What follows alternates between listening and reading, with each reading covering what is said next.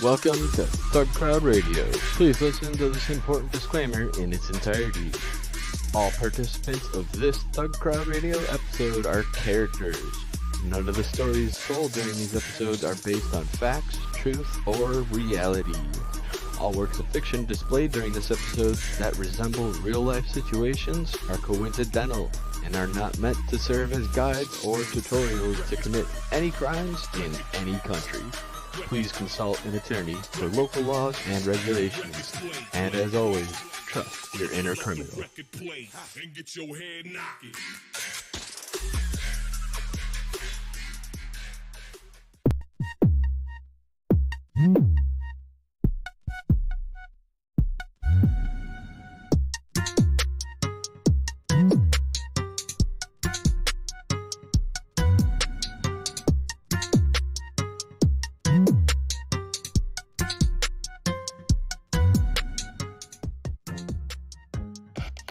Hey.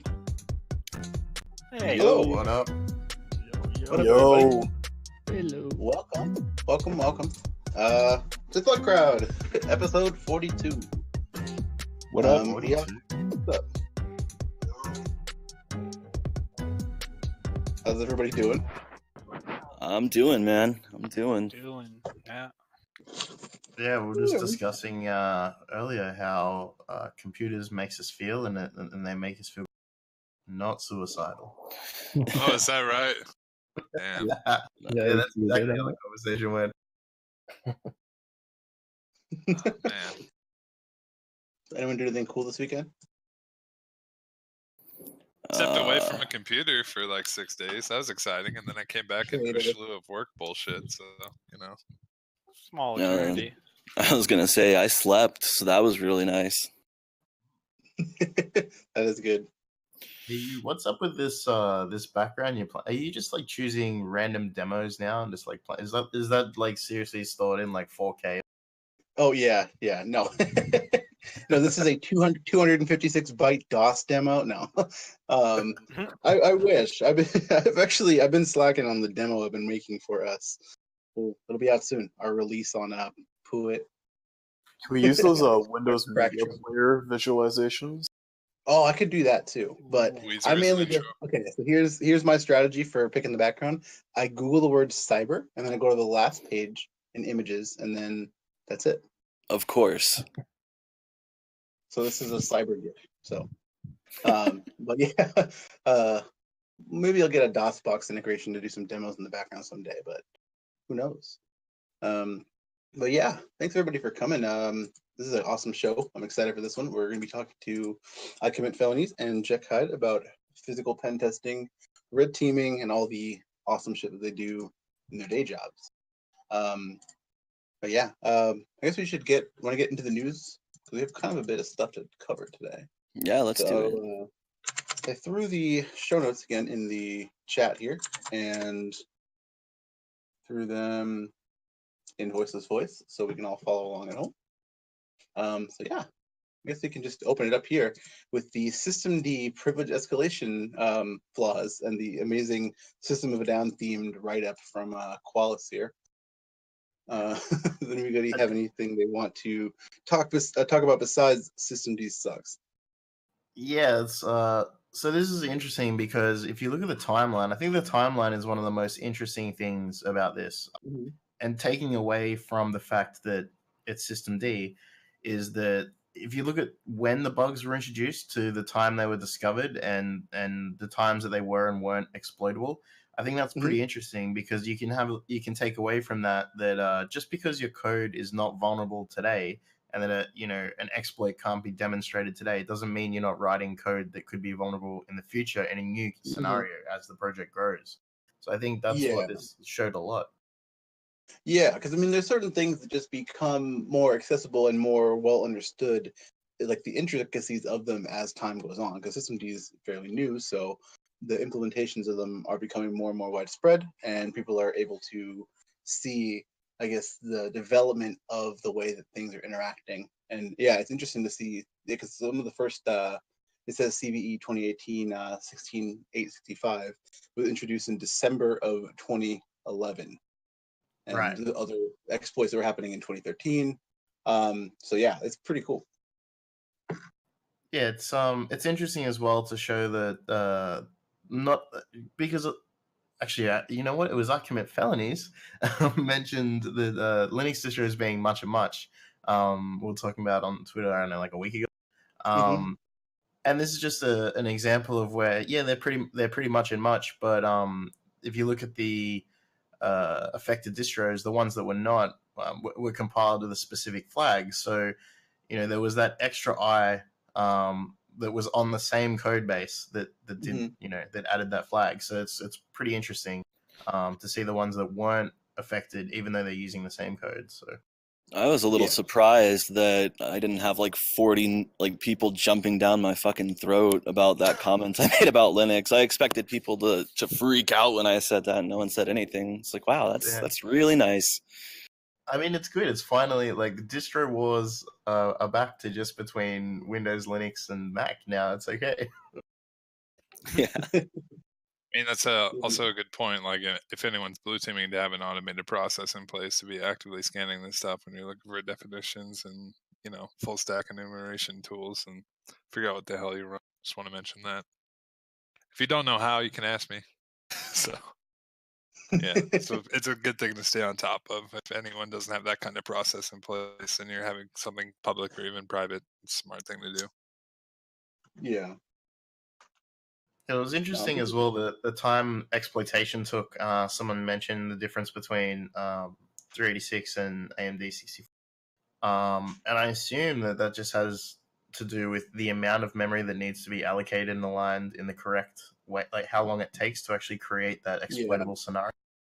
Yeah, because it's the same as, it's similar to the stack clash vuln, which is like allocating a bunch of memory and taking control of syscalls before the shit, like what the moment that things were, the stack and heap were colliding, to be able to like time that stuff is difficult and tricky. So it's there's, I forget the exponential amount more memory that is available in 64-bit or is addressable in 64-bit than 32-bit. But yeah, it's interesting to see how those kinds of things, I guess, the things that when I look at them, I'm like, holy shit, I don't know how I'd ever be able to actually exploit something with like this, seeing the kind of things that you have to do to chain these bugs together for the career ones like this. Yeah, and I think it also shows as well, like in situations where you have an exploit that does allocate a shit ton of memory that is out of the ordinary operation. Like if you see a systemd process just like pumping through the roof, like that should be an alert on your system. Absolutely. And if you're not monitoring stuff like that, please start. Even from a general operations perspective, not even a security perspective. Absolutely, just memory leaking. But yeah, definitely everybody should take a look at that and get your patches going when they come out. Can I say something about memory leak tracking real quick? Sure. Application dynamics being in Azure is a damn good thing. It's something that Amazon is not on top of or doesn't know about yet. But as far as analyzing any kind of web application software, they're far ahead of the curve. You can pass reports back to developers based off an agent and get them on top of something and push it to them and, you know, have reputable answers on the fly. So pay all your money to you. Pretty much. I mean, Microsoft, in a little bit of a sense, has a niche. I'll say that much. They've been doing some really good stuff with Defender ATP. Like, they just implemented a lot of features that Mimecast has been offering for quite a bit of time. Yeah, no, definitely interesting stuff. That little project called Microsoft's definitely been taken off. So I'm glad to see it's going somewhere. Thanks for filling us in stuff. Yep. So the next one here is interesting too. This is this SCP vulns, which is, well, ZDNet is saying 36-year-old security flaws. So these are interesting too because I didn't realize that this is how SCP actually worked, I guess. So SCP is able to do a bunch of stuff to the client when the client connects. So you can like write files to the SCP clients. You can do hide stuff in ANSI code to run commands and just modify permissions and basically just interact with the client system. So that's pretty cool. I think the interesting aspect of this one as well is it's modifying the client, right? Like, so most FTP type exploits, which I guess is the practical SCP and FTP at a practical sense are sort of interchangeable. But usually you see that it's generally a server attack in that model where you want to pop the SCP server. In this case, if there was a module for something like, I don't know, Responder 3, you could maybe do some interesting things with that. Although being built on top of SSH, that does make it increasingly difficult. Hey, I got a question. So I'm reading the article, and it doesn't really explain why new CVEs were issued for especially the recursive override of .ssh. Like, that's definitely been an issue for a very long time. Why did they reissue? I assume that they've classified it as a separate incident. So if it's been closed before and that's like one scenario, it's been identified as a second scenario. So the outcome might be the same, but not the exact implementation, I guess. That's weird. If you see when SCP listed, it's weird to see a score of 5.3 out of something like that when you see it's so massively used, at least in Windows world. But when SCP is also automatically or not automatically, but already addressed that, and it's already been patched, which I think is pretty crazy in terms of open source software. Someone to take the helm and lead the way. I think it's funny as well that OpenSSH is the one that is the most vulnerable, I guess, in this case, because it's the one with all the I would say in the open source land, it obviously has more eyes again watching it. So. Yeah.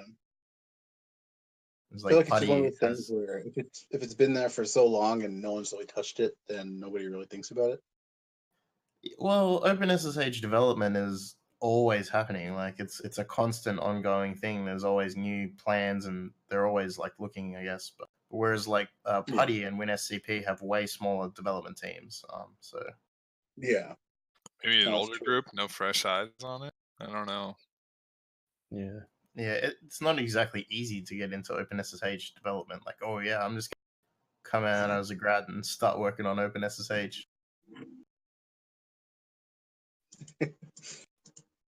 Definitely some cool shit though. If you guys have any honeypots, get them going to, I guess, play with people who are trying to SSH and SCP to your server with root or whatever. Got to keep the suite out there and open, right? Publicly available shit. It's fun. just accept any password. Just take all logins. Yeah, your key's fine. Come on in. I'm looking for hyphens, bro. It works. So the next one we have on the list here is the Amazon Rings awesome time that they've been having recently, which I feel like they've just always been having a great time. Anybody who's a developer for Amazon Ring, especially from earlier last year with MG's little thing, very big thing. But so the Amazon Ring, apparently the team had given a Ukrainian development team just unfettered access to all this camera data and other sort of sensitive data for all the clients, and we're able to basically just kind of do whatever with that. And it was all unencrypted and just stored on an S3 bucket. Classic. Amazon left a Amazon S3 bucket open. It's great. But this isn't. I don't think this is really a technical thing here. Who made the policy that says give Ukrainian company whatever the fuck they want? That's really the thing. It's just I think it was Trump, dude. Whatever team they have, but it is interesting though because the video processing that they were doing in this article, or that they're describing in the article, is able to do quite a bit to identify people, vehicles, etc. in the video feed. So everybody's captures here have really done some work to help identify all these different things. But yeah, it's interesting to see though, to have people be able to just, I guess, see this sort of data in real time and process what's going on in your house. But it sucks. The people were augmenting actual AI though, right? They, instead of actually having an algorithm to detect it, they had people doing it. Yeah, so like Dan was saying, you think about this like being publicly available. How much data collection is happening on the back end as far as machine learning goes on any of these algorithms? Like, you think about the loopholes that they've probably built, like, whether you classify them as backdoors or not, this is fucking crazy as far as how much data Amazon is collecting at this point. If you have a literally look, everything. Well, maybe, or maybe not. Like, who knows at this point? Maybe it's all just they say that they're doing all this stuff and they're really not. They're just paying Ukrainian guys to pump. yeah, Yeah. that's exactly what happens with anti-money laundering and know your customer type systems, where there's a lot of these companies out there that have rooms full of people looking at a webcam thing that you took of yourself or a selfie or whatever, holding your credit card, and then they're like, does that look like the person in the document? Oh yeah, that is. Like, if you're into identity theft, just go get a job there.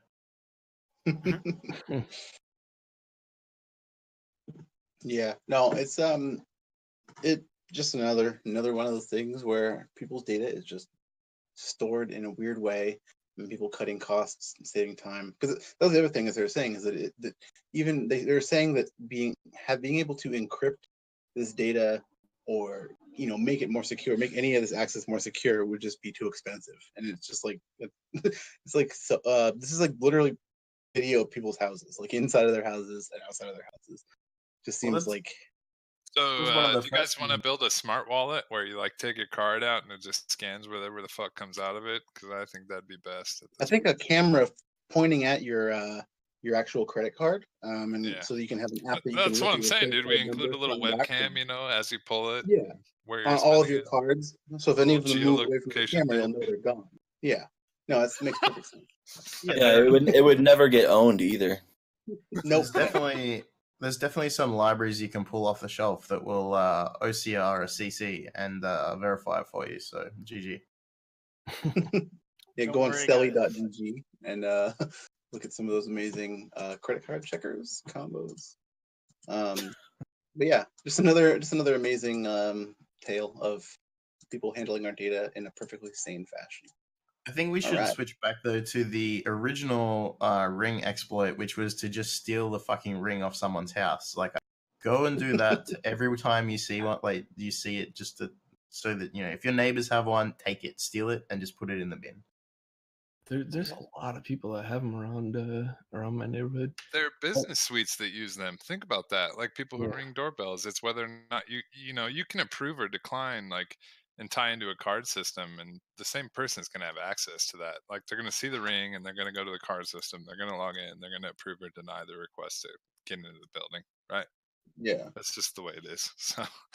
Yeah, it's not even just homes or consumers at this point. You're talking about businesses and servers and physical access stuff for sure. I didn't know they had a business suite. That's interesting. I'm not saying a business suite specifically, but I mean, anyone in their right mind who sees it as being that simple is going to set that up from a business standpoint, right? That's going to be the front door of a business or a publicly accessible staircase as someone walks up, ring a doorbell, see who it is. Be able to, approve or deny.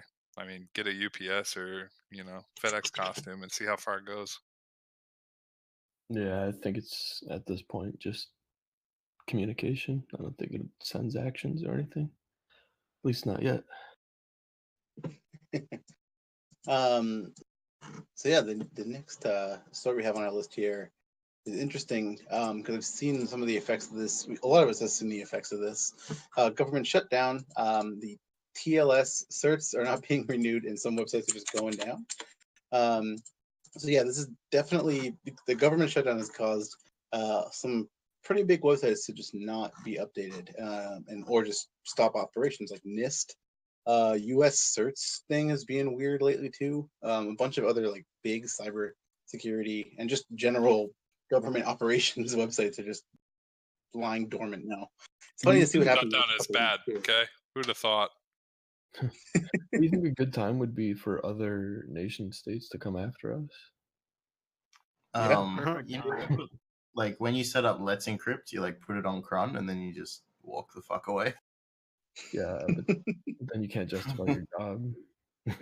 Yeah, right. Well, you can. You just find slash every time somebody walks by. But yeah, I mean, it definitely I feel like a lot of the bureaucracy is what makes this thing happen. I bet you they buy these certs for like hundreds of dollars, Hundreds. thousands of dollars. No, so like to get an intermediate CA is in the hundreds of thousands. So like they probably signed their. Yeah. What went down? What's the biggest one that went down so far? Top view. I don't. The biggest one I've seen is NIST. I mean NIST, and then U.S. certs like Vuln reporting DOJ. So their certificates went down though. I saw them actually put a thing out saying they weren't gonna be around, but and then yeah, I'm odd to picture it doesn't list the full scope of ones that are going down. Or can you imagine though if there is like throughout the rest of the year? Because who knows like how long this hilariousness is gonna go on. Just one after another. Boop, boop, boop. Oh, the DHS website is not going to be managed. That's insane. Who needs it? What about IRS.gov? When does that expire? Oh, I think that one is. I don't think that one is going on either. I asked Jason Scott if we can use the Wayback Machine to get some tax returns, but but yeah, there's no message on the IRS website, but I would imagine probably. Crazy. But yeah, I mean, it's just a lot. There's a lot of people. A lot of the people's jobs that are affected by this kind of stuff. That people just have to maintain this kind of thing, and it's just that's what I was gonna say too. Is like you think about how shitty anybody who's having to like enter. Even I think like Micro Center and Fry's have to enter like coupon codes and tax deductibles and all kinds of shit. So you consider this from a retailer's perspective, or just being somebody who's like entry level college or maybe trying to balance. And like, my God, what a fucking nightmare. Yeah, we're living in a world where the Internet Archive is hosting more government sites than the government is. Yikes. It's beautiful stuff here. But yeah, go get scanning. The next one we have on our list here is interesting too. I mean, it's definitely something that everybody could have just sort of guessed, but interesting to see it be shared on Facebook and elsewhere. People over 65 share the most fake news a new study finds. I feel like it comes as no surprise to most people who have grandparents on Facebook. But yeah, it definitely is something to be just cautious of when you see this kind of stuff. Talk to them, please. Yeah, replace bandages on your mummies, please. I don't think one of the first things that I noticed old people sharing that I was like, what the fuck are you thinking, was the whole like, if you don't copy and paste this into your status, like Facebook are going to charge you like $5 or whatever it was. Like Facebook will no longer be free. Like, well, Facebook don't own your data. Copy and paste this shit, and then like you'll be safe. And just heaps of old people were pasting it. And it's like, what? I mean, we're saying that now, but give us about like 30 to 50 years, and we'll probably be doing the same shit. Just watch.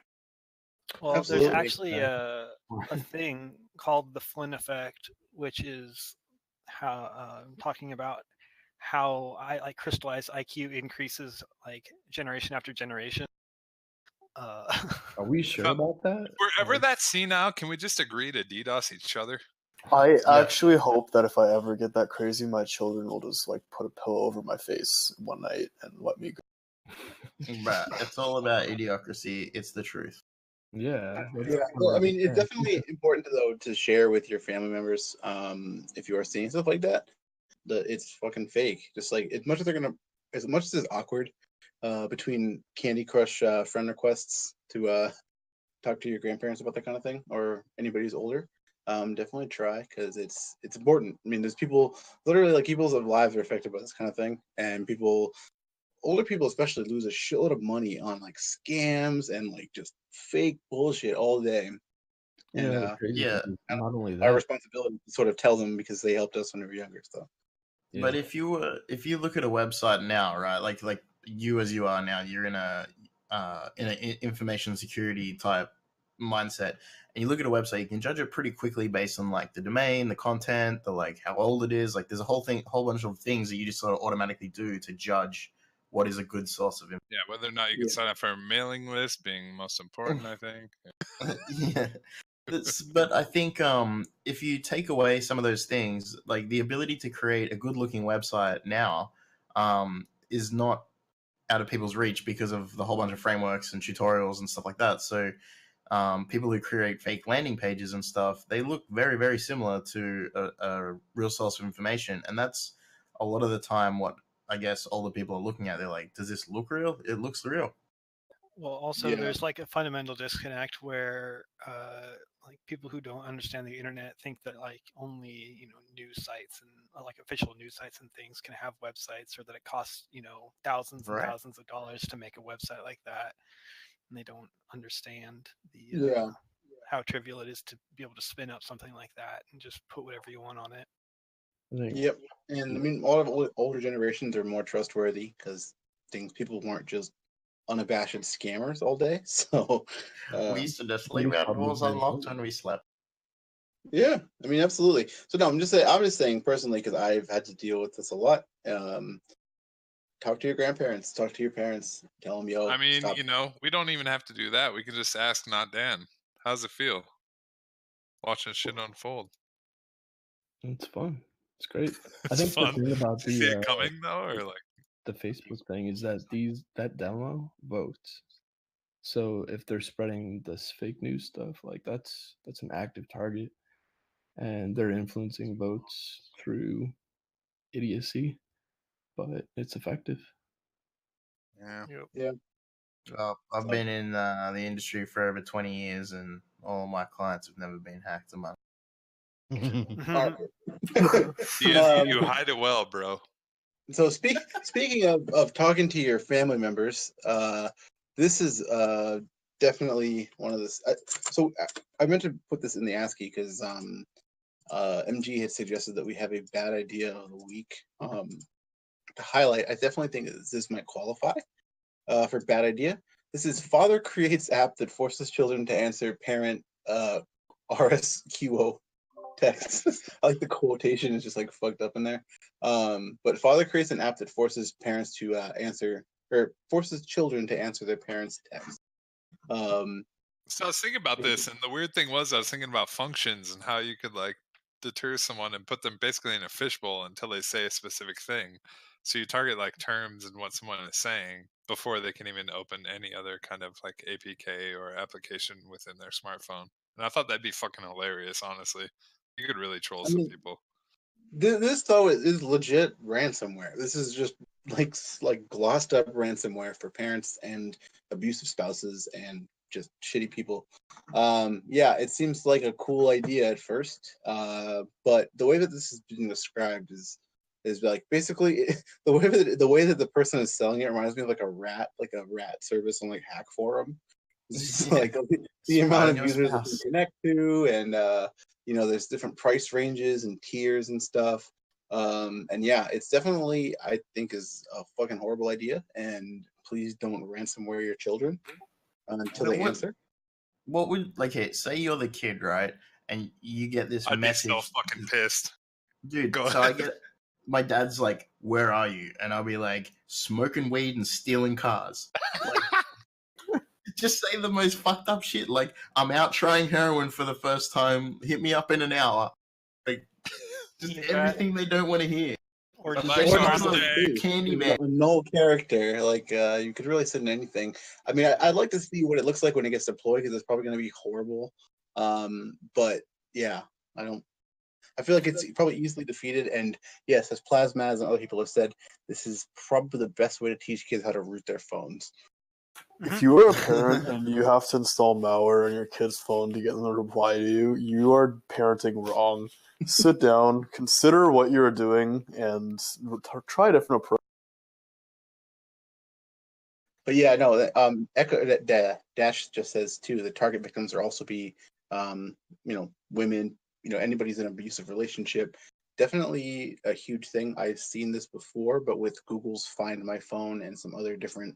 I mean, there's like spyware packages that are built around that. Well, it's fucking creepy, man. There's stuff that's already built in. I've seen people take control of somebody's Google account, like their ex's Google account, and then lock them out of their phone. Stuff like that. Like that. Yeah. No, I'm serious. This is a thing that I actually had to deal with one time. And yeah, this kind of shit though, it happens. This just makes it easier for people. So yeah, definitely keep that shit in mind when you're designing anything like this or thinking about using it. Someone did just say in chat, this is some Black Mirror shit. Like the episode of was it Archangel with the implant where they could see the parent could see everything the child. Yeah. Well, you think about Black Mirror, and that's just the future, honestly. Like, you ain't gonna fucking change that. That's 2-3 years out. That's just what it is. It's just presented on, a mass level, honestly. It's fucking weird. Yeah. Black Mirror is, like, popular in part because it's so spot on, right? Like, yeah, it's not that far-fetched, honestly. It's fucking scary, but, like, that's the way it is. It's dark, man.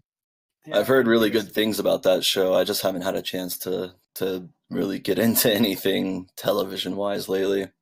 Yeah, they're all separate episodes. It's not like a sequential series. You can jump into something and spend an hour watching something cool or interesting. Oh, that's nice. Yeah, that's kind of the problem that I've always had with series that I find engaging is I just want to like keep watching that shit and can't live like that, man. It's like video games. You can't get sucked in. It's not good. I'm not saying go too far with it. Just watch a couple and you'll get the gist of everything. That show. I would argue not to binge it because you'll probably just end up really depressed. Yeah. Sad. There's popcorn and there's no pussy next to me. It's depressing. I can't wait till the Black Mirror episode about Black Mirror addiction. that would be pretty funny. Moving on here, we got this awesome one. Skellstick actually said that he would have, he would declare war on me if we didn't talk about it. So this is Zurich, the American insurance company, decided that they would not pay for the NotPetya cleanup an insurance claim from Mondelez because they claimed that it was an act of war. This is interesting though, because it could be classified as it is, cyber weapons from Russia. But yeah, what do you guys think about this? It's a lot of money they're just not going to pay. I think that cyber weapons sounds really cool. You should say that a few more times. I think it's a really dangerous precedent to let random companies make a declaration like that. It should definitely only be a government or some legal institute that makes such a claim, in my opinion. Then someone called and whistled into the phone and launched a... No, but with the... Okay, so even if it is, say it is a cyber weapon and a cyber attack, like they weren't the target of cyber war, unless they can prove that, yes, in this military operation of cyber level that you are the target and therefore this is an act of war. Like if you just get hit with ransomware and you're just a company, you're gonna say like, oh yeah, no, that's war, too bad. Well, this is actually kind of has a precedence in actual life insurance too, because plane crashes and whatnot aren't actually covered by all health insurance or life insurance policies because they're considered an act of God. Yeah, and also that's what I was thinking too. Yeah, it sets the precedent where they can now sell nation state APT insurance, right? Yeah, but if you're an act of God though is assuming that it's absolutely out of anyone's control, whereas an act of war is absolutely in someone's control. Yeah. Yeah. No, it definitely is a strange precedent. I'd be curious, what particularly they use to make that specific claim that was an act of war.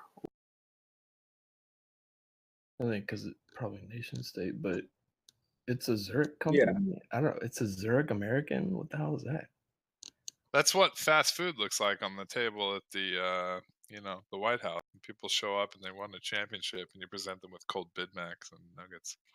That was one of the most ridiculous fucking things I've seen in a minute. I mean, I know we feel like every day we've seen it all, but what? That was so weird. And they're lighting candles, and you're like, huh? I wonder if that's how they warm up the food. Yeah, I was just gonna say, it definitely wasn't to keep up appearances, right? No, man, you guys have got it all wrong. They're the family recipe steamed ham. Oh, my bad. We get that you're from down under, but god damn it, fuck you. All right, Nancy. What they really needed was steakums. Oh yeah. A little bit of moon pies on the side that you don't need to warm up. They're good at room temp. It's fine. I had said this earlier on Twitter when one of my friends made a a tweet about that one photo with Trump just like standing behind the table. So that, that's like a perfect image of where we're at in this country right now, right there. You got that fuck standing behind a table of all that shit. That's us right there. Just like fuck off the bald eagle and put that. What's funny is, no, you think about this and you think about the like political sense and what this person's invested in, and you damn well know that it's McDonald's stock, right? It damn well better be Burger King stock. If he's buying that much at the same time, he's just pumping it, pumps it in the background. Everyone else eat it, fucking die from it. It's fine. Speaking of pumping it, Steakums guy, we had an internet victory this today because the person, shout outs to the person who runs the Steakums Twitter, because they just came into our Discord and just hung out for a bit. I think we scared them off though, but that's good. They're in there, so if you wanna hang out with Steakums people, internet meme gods, yeah, we. Hold on, what's the handle? I'm gonna try and tell you right now. We just told them that our strategy was to cyberbully companies into sponsoring us. Is it steak with just an A? I don't want to say it. I'll tell you later. Look at Voice's voice there. But yeah, thanks, guys. Thanks, Steakums. Back to the crowd. I actually bought Steakums last night to take a stupid picture, and I don't know how to make them. I never made them before, so. Just throw them. But okay, so the next thing that we have on here is a bill that is going to be interesting to see how this actually gets played out. Actually, I wish you should have pinged Squiring to come on to discuss this with us, because this is interesting. So there's a bill that is going through the California legislature that is trying to basically make it so that if you are basically saying that you can't use bots to deceive people online, which just seems like the most ridiculous thing to actually try to do something about. I mean, yeah, it's probably more nihilistic to say that, but I mean, so they describe bot as automated online account where the actions or posts are not the result of a person. Online is any public-facing internet website, web app, digital app, or social network. And also it has 10 million or more unique monthly United States visitors or users, which is very, very 10 million or more? Yeah, the treachery is real. Unique monthly United States visitors or users for a majority of the months during the preceding 12 months. So you have to be a big social media website, and then or you have to be not Dan, which I think it is specific. So they're going after a specific company. It's like Twitter, Facebook, TikTok, which we're on now at ThugCrowd.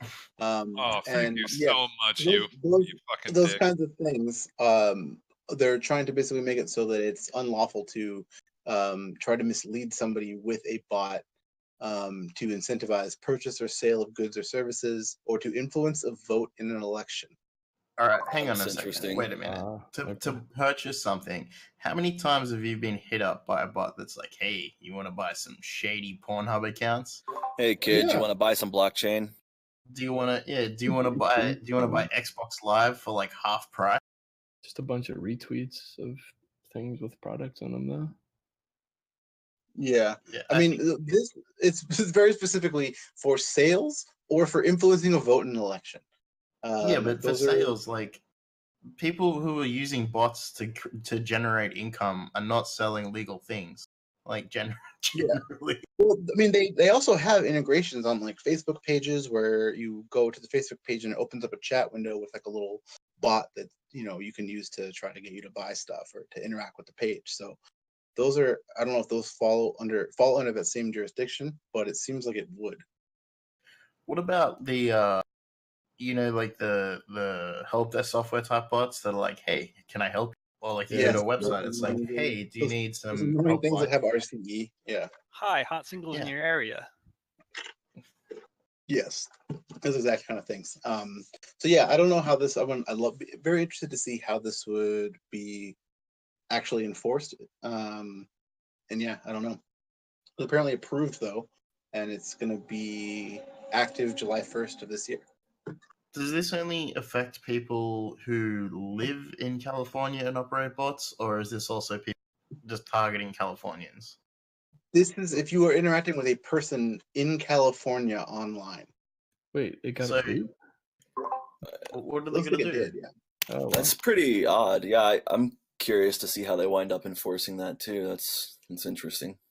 Yeah, Because it's like what you're if out of that jurisdiction. Like they'd only be able to really do it if you were in California doing this to somebody in California, realistically. Yeah, that really fucks Twitter and Facebook and all of them over though. Any Yeah. platform like that. Shout out to all the digital gangsters that might live in California. Right. Rip. California way. Press F. Yeah. Good So the try, next one we Pike. have, the next one that we have Maybe here try. is people using zero width spaces to bypass Microsoft Office 365 protection. This seems pretty much like a no-brainer for this. This is how you embed links into stuff, anyways, without triggering some sort of resolver that turns it into a link. But yeah, people are using this to bypass Office 365 links that get sent back to Microsoft for scanning. Just throwing a bunch of null width characters into there. Like the strip function, right? Yeah. Yeah. Did this not prevent, like, are they not just stripping white space? Like, are their strip functions terrible? Are they I mean, self-implemented? these are HTML embeds in the link, in the href link itself, which is not common unless you're doing like an XSS payload, basically, or some other weird shit. But there's only like within a domain though. Like you've only got a set there's only set characters that you can use. Even if you use Unicode characters, they're converted to the other format. I forget what the name of it is. So having like, why are they not converting it to the character set that is allowed for the protocol before they're trying to look it up? Yeah, I don't know. It seems like they're just doing. I don't really know how. I would like to see how this looks when it actually is getting parsed. But yeah, it just seems like it's pretty much as simple as just throwing in an HTML entity for a null width character, and that just will bypass Office 365. So good to know. Oh, well, But yeah. use that on your next engagement. Zuff though, as a Windows admin, what do you think that? You just call me a fucking admin, man. You just call Yes, me a fucking admin. as Bro. a tier 1 Windows podcast Wow. intern. Fucking suck my dick, dude. What? Rephrase that. So in your 6-month internship, well, how have you been actually? Alright, I'm done here, man. I'm gonna drop off. Oh man, Rick. No, Really. no. How would you actually address this though, from your standpoint? Phrase it again. I was totally zoned out. I'm sorry. What'd you say? Oh, I'm just so embedding HTML entities of null width characters into a link in an email. That's when you stand up and you walk over to marketing and you just kind of give them the backhand a good 5 fucking times. What do you mean? I don't know. That would never happen in my world, but my God, I guess I can't control all the other quote unquote admins out there. But well, so this is though, as far as from an admin perspective, this is an automatic thing that would be able to parse dangerous links from Microsoft. So this is bypassing that. I guess, are there any other sort of client-side mitigations that you could suggest or think of implementing to actually protect against this? I mean, user education, of course, like just teaching people what the fuck they're cooking on beforehand. I don't know.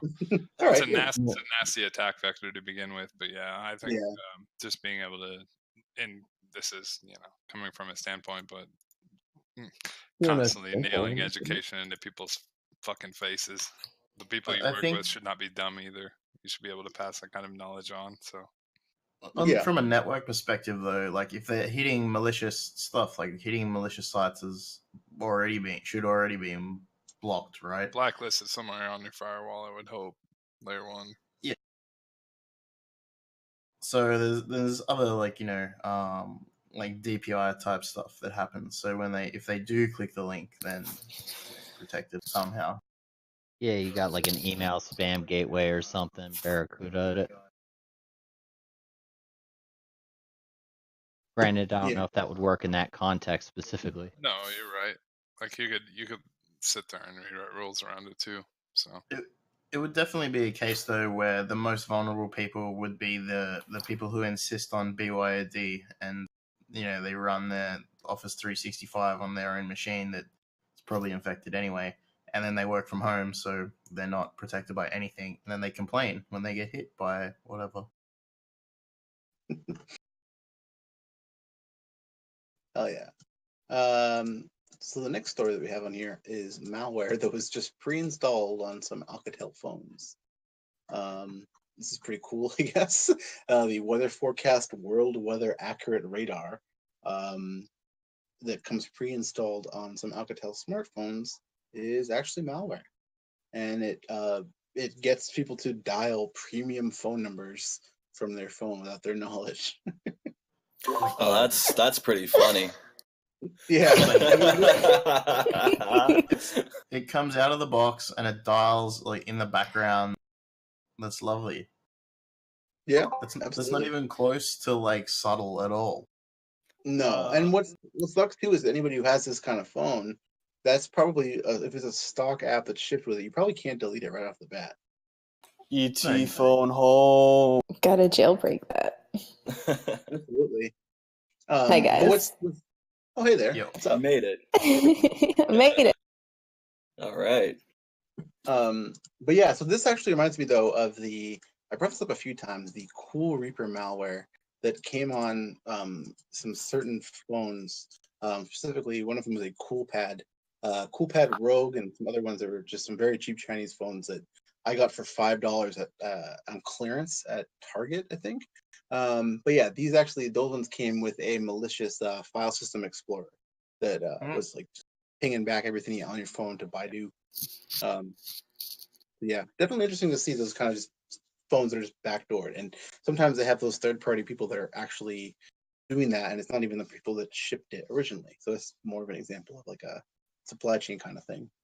I think with the technique they used as well, they're dialing the premium numbers. That just really is reminiscent of bluejacking. Back in when bluejacking was a thing, people are walking past and they're all dialing a 1-900 number that a certain person might own. For an unlimited amount of time because the phone's in their pocket. There was a really funny attack someone did against, I think it was Twitter, where they set up one of those like premium numbers, but it was a text message number. And then they put that in as their phone number. And every time they got like a confirmation message, it would charge Twitter or whatever. Nice. Like 25 there was cents some or good. 50 cents. There was some earlier stuff with Android as well, with tel links like TEL as the URI handler, and then you could send that through SMS and other messaging formats.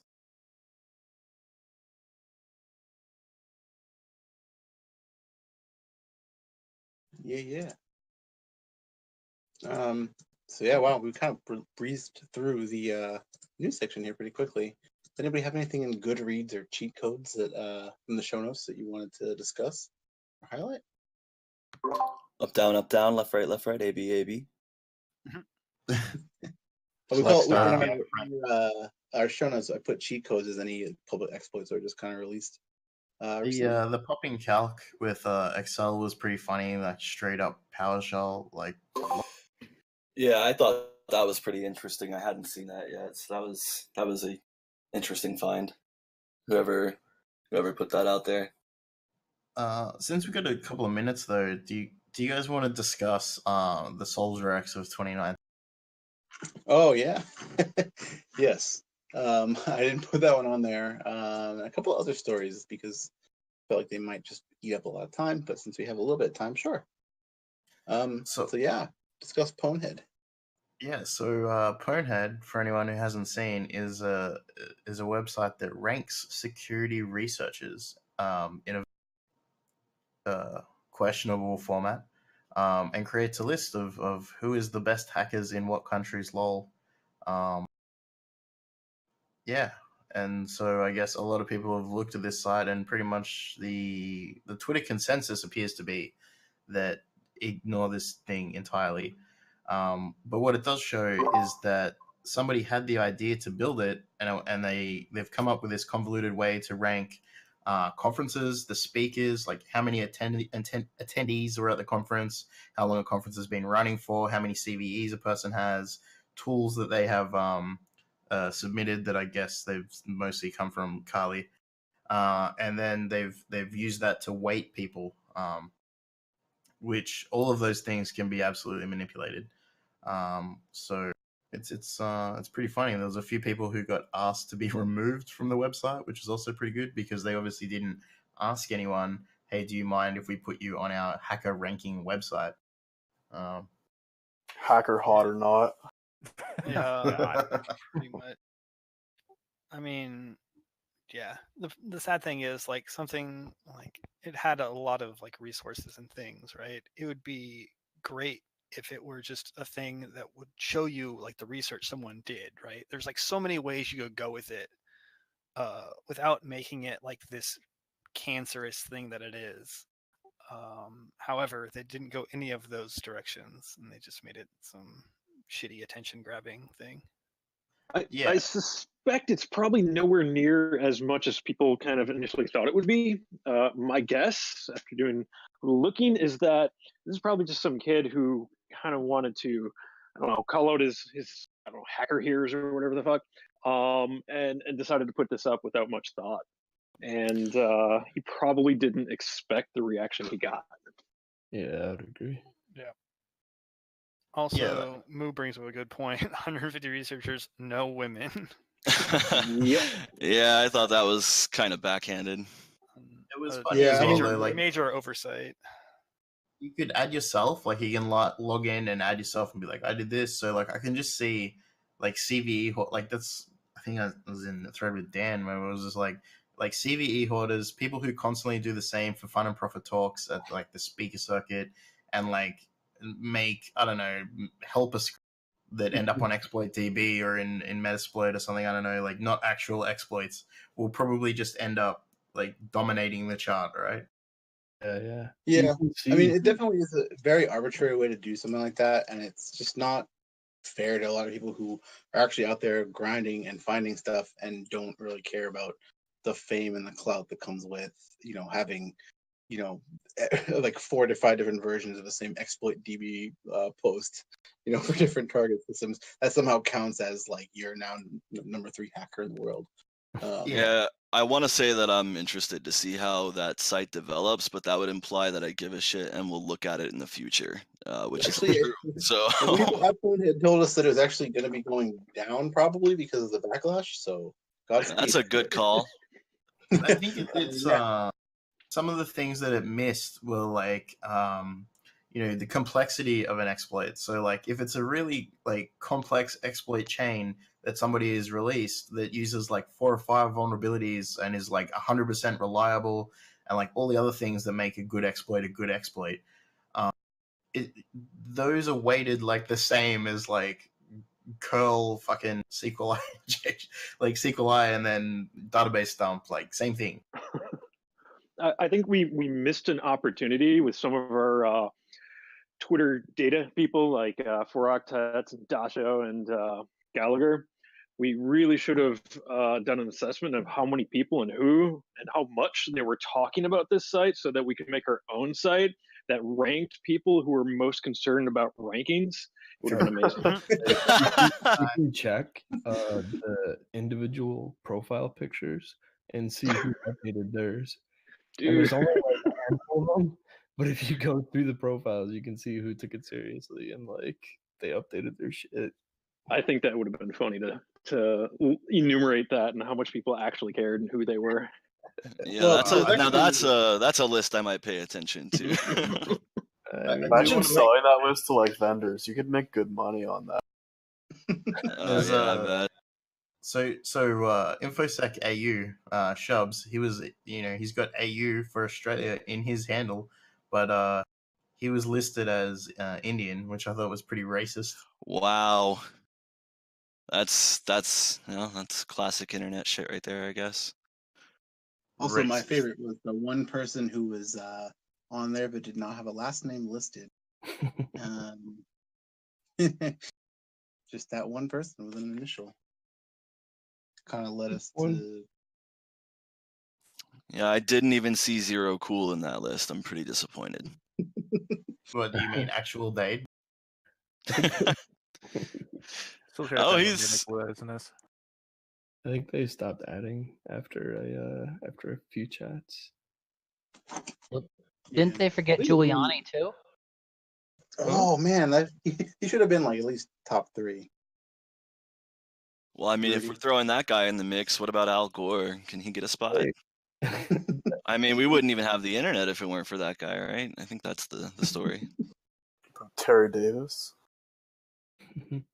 Al Gore? Yeah. He invented the internet. I forget how that fucking thing got started, but that's pretty old. I'm reaching here, Yeah. guys. I'm reaching. It's actually also the ex-Prime Minister of Australia, Malcolm Turnbull. He was also quoted as being, inventing the internet at one point. Seems like a lot of people who didn't invent the internet invented the internet, so that's pretty cool. Maybe I can get in on that too and get some street creds going. Oh, hell yeah. Absolutely. Everybody I commit felonies invented the internet, even though he was probably not even born. I'm going to give him all the credit. That is how good I am, people. The only person who is really born right now is Dan, so. Literally just 2 seconds. So yeah, thanks to what was I gonna say? Actually, I just completely lost my train of thought. Cool stuff. Thanks to everybody who tries to do stuff like this and fails. It's funny. Don't stop trying. So yeah, we should, I guess, get into our interview now because both of you are here and we've reached the end of our news segment. So yeah, we're gonna talk about red teaming, physical pen testing, and all that. So icommitfelonies, JekHyde, do you want to introduce yourselves? Yeah, sure. Jek, You go you first. Go first. You first. All right. Yeah, I'm I commit felonies, a name bestowed upon me by a friend of mine a while back. I've been doing this stuff professionally for not really all that long. I think 7 years or so. And actually started really getting interested in what I was doing when I started the takeover physical engagements. That's when this got really fun for me because it kind of has everything in it. You've got the physical element, the social element. It almost always ends up in network testing, and that's just it's been fascinating for me. So it's been kind of an interesting road getting to where I am now, where I can pretty much run an entire physical engagement and not really have to. I never really was a nervous person to begin with, which I think is what made it so easy for me to get into this sort of stuff. But the longer I've been doing it, just the more I find myself just being able to kind of call my shots before I even get on site, know exactly how I'm going to get into a building or what sort of social element I'll use to get in if I'm doing it during the day. And at the moment, I'm on the red team at the current company I'm at, and it's been pretty interesting. I definitely have a lot of good times, except for when it comes to reporting, but that's just a part of the job. I forget who it was that I saw on their bio the other day. It was an interesting quote that I hack for free, but I get paid to write reports. that's was about my boss. Oh, nice.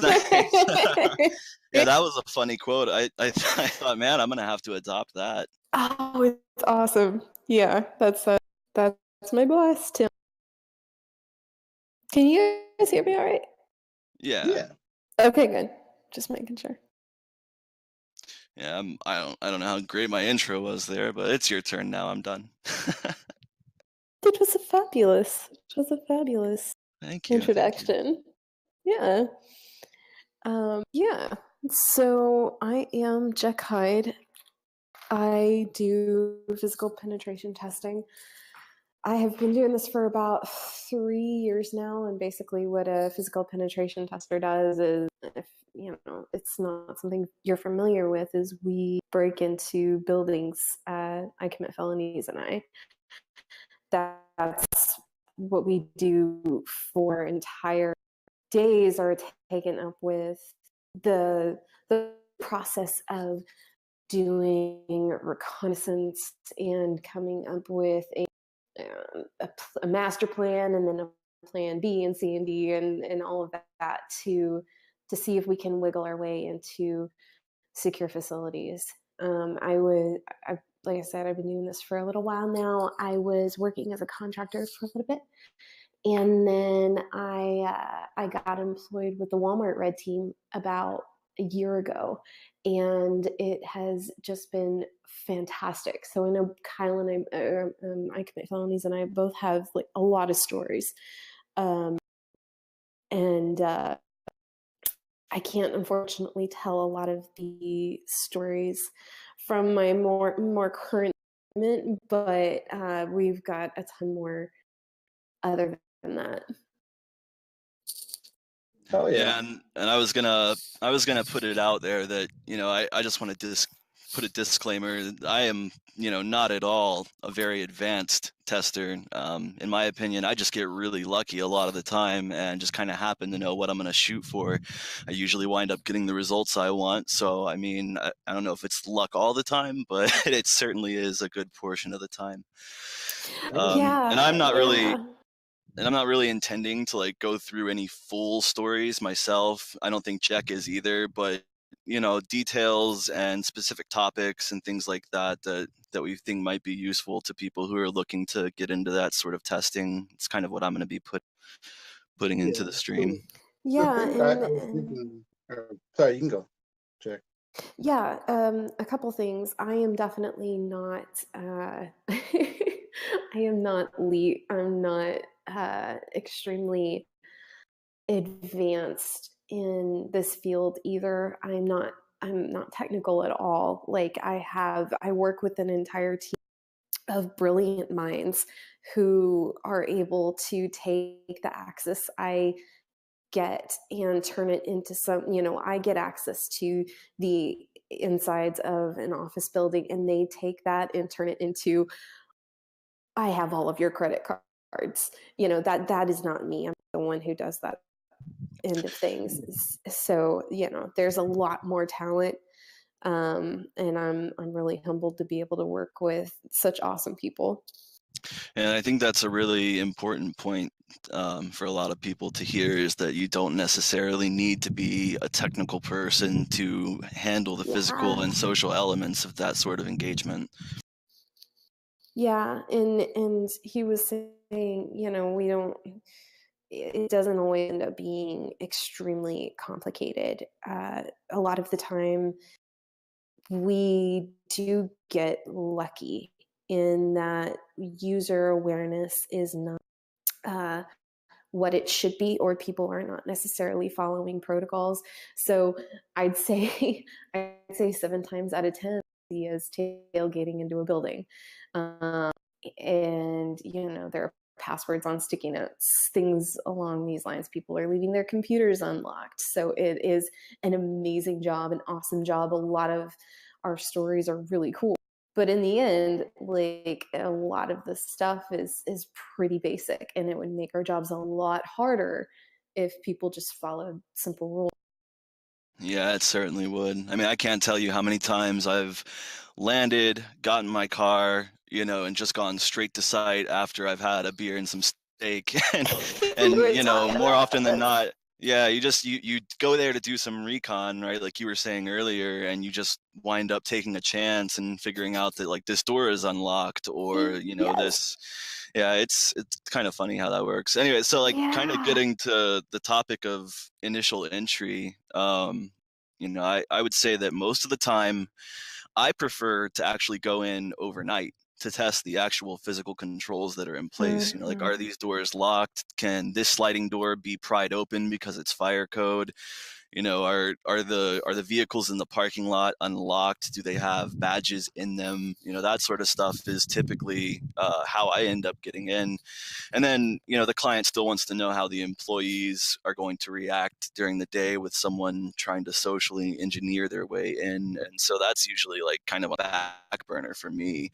A good example would be there's been a few times now where I've done a handful of engagements with clients in a specific industry where it seems to be common practice to have your warehouses with weaker physical security than the headquarters in the same block or just down the street, being on the same corporate network. So Of course, yeah. you don't always have to go for the gold, right? You can more often than not just find the weakest physical controls on the most distant buildings, or mostly, non-office type people working there. They're typically a little more lax, and that's something that a lot of people don't really realize when they're going to do these physical engagements. They think, oh, I'm gonna have to do like all this recon, determine the security guards rounds, and when they do them and where they go when they do it, and then I'm going to need to tailgate in through this door, and I'm going to have to come up with something. Like, it doesn't always work that way. You more often than not can just make it really simple. Yeah, and there are those jobs, right, where you get lucky enough to have the client on board with spending a good amount of time and money on doing several days of recon, and the facility is that secure that you need to spend that much time on it. But most of the time that isn't the case. We were talking about this earlier, how we land and we just go to do some light recon, like it's the first night, I'll go to my hotel and chill out, and I think I'll just drive by the site first, and maybe I'll try some doors, and let's see if this particular attack works on this door, or this looks like a super easy lock. Let me just kind of play at this. Let me look and see what I can do. And all of a sudden you're on night 1 of 6 and you're already in. I call it accidental breach. You stumbled inside. Yeah, those are fun. So what I wanted to ask you guys before we get too more into stories, I guess, is a lot of people have misconceptions about, as you're saying, people overthinking it, or people thinking certain things that you have to actually do or be to get into this field. But I guess, how about you break down for us some of the phases that you go through that you're discussing, like recon and collecting actual data. What kind of things are you looking for? Like, people want to know the methodology, I guess, that you put into this. Well, so it's important to note that the engagement doesn't necessarily start when you physically get there. There is a lot of over-the-wire recon that you can do. And I don't just mean looking at Google Maps. I mean, you want to check social media, the company's pages, the employees' pages. Look for pictures where they've got badges. Is it a clear image? Can you replicate that and have one printed for yourself before you even get there? Is the badge the same across all the sites and subsidiaries? And a lot of times you'll find that, there's these massive troves of pictures of the staff all together smiling and happy and at celebrations and things like that, or barbecues. And they're just all wearing their badges, and it's just hanging out there for you to use. And the nice thing is, more often than not, they don't even need to work, right? They just need to look the part, because if you tailgate your way in, or it's just open access during the day, or it's a multi-tenant facility and you've got multiple companies that work in the same building, a lot of times it's going to be way easier if you just kind of use the social angle, because a lot of those sorts of buildings are filled with people who are used to seeing faces that they don't know all the time. And I guess another thing to keep in mind when you're doing recon over the internet is look for company stores. That's an interesting thing that has come up a couple of times recently, where I've been doing my recon before I even fly out, and I see that there's a company store online accessible to the internet, and anyone can just buy stuff. They're not verifying the email addresses of the people making the purchases, and you can buy yourself a nice little hat. You can, get your company branded shirts and things like that. You call in and say, hey, my boyfriend worked for this company for like 3 years and he really misses it, and I wanted to get him a shirt. Could you help me out? I don't have any email, but do you think you could send me one anyway? Yeah, that's smart. Yeah, The other thing too is, once you get on site, some common stuff that I like to look for is, number one, and this isn't going to work for everyone. Not everyone can pretend to be okay smoking a cigarette, but smokers' tables are a great way to make quick friends. One of the first engagements I ever did, that's kind of how I got in pretty much. I walked up to the smokers table, I lit up a cigarette, and I was just standing there kind of mingling and talking with people, saying I just got hired into IT and asking them, how do the IT guys usually treat you? How do you feel about the processes that they go through do you have to put in a ticket or do they just fix stuff for you? I'm trying to figure out how I can keep you guys happy. And actually on that particular engagement, I wound up making friends with an interesting person who had a very interesting position that I thought for sure, would mandate a little more discretion than apparently she had. But I ended up getting an entire tour of the main building from her, just kind of on a whim, like, oh, hey, here's the data center and, here's the facilities room and this is where you're going to go to get your badge and this and that. And it's a pretty interesting approach. It's not always necessarily going to lead to direct access, but more often than not, you're going to end up getting information that can be useful and see how these people act and how they, interact with you. Yeah, I think that's really funny actually, because I have an almost identical story.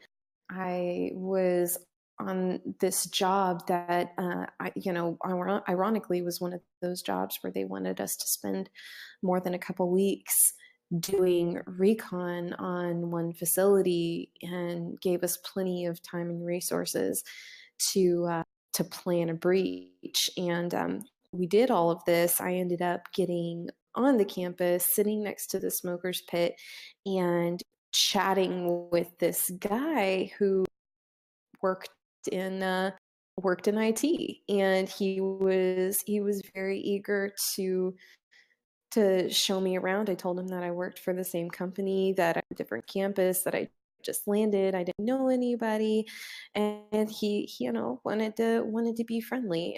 The social aspect absolutely is a vector inside a lot of these facilities. So it's not always simply tailgating. There can be some much more involved methods of entry. Can I just ask you?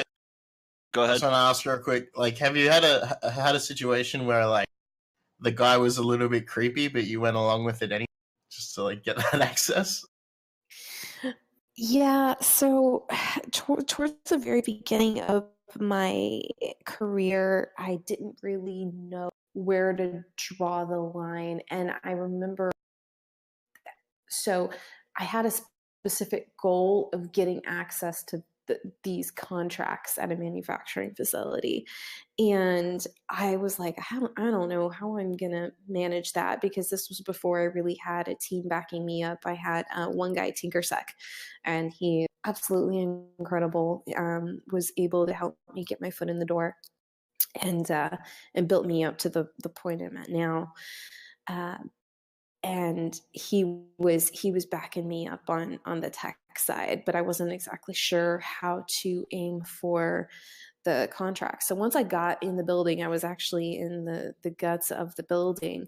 I was like, okay, I'm gonna have to social someone. I think I'm gonna have to figure out who's who and where this information might be stored. And I was looking around thinking who could be the best mark here. And I saw I saw this poor guy, and I did target him on purpose. He was shorter, middle-aged. He had a cast hand, and there was no wedding ring. That's an important note for sure. Yeah. So I walked up to him, and I think I was like associate, or not associate, excuse me, like employee experience, like with an employee experience company. And I was like, "Excuse me, sir, I was just interested in, asking you a few questions. Oh my goodness, what happened to your hand?" And I got in his personal space. I kind of took like a nurturing tone. I wanted to earn his trust and empathy because he looked like he was having a rotten day and he just wasn't feeling great. And he took to that pretty nicely and ended up giving me the information that I needed. But that was the point where I was like, because he wanted to get close to me so bad, and I guess I got a little strong maybe in my eagerness to get information from him. He definitely wanted to continue that contact and tried, like, I had fake business cards printed out and he emailed the business cards or the email of the business card several times. And I was like, okay, I need to like maybe dial this back a little bit. Whoops. Recognize, yeah.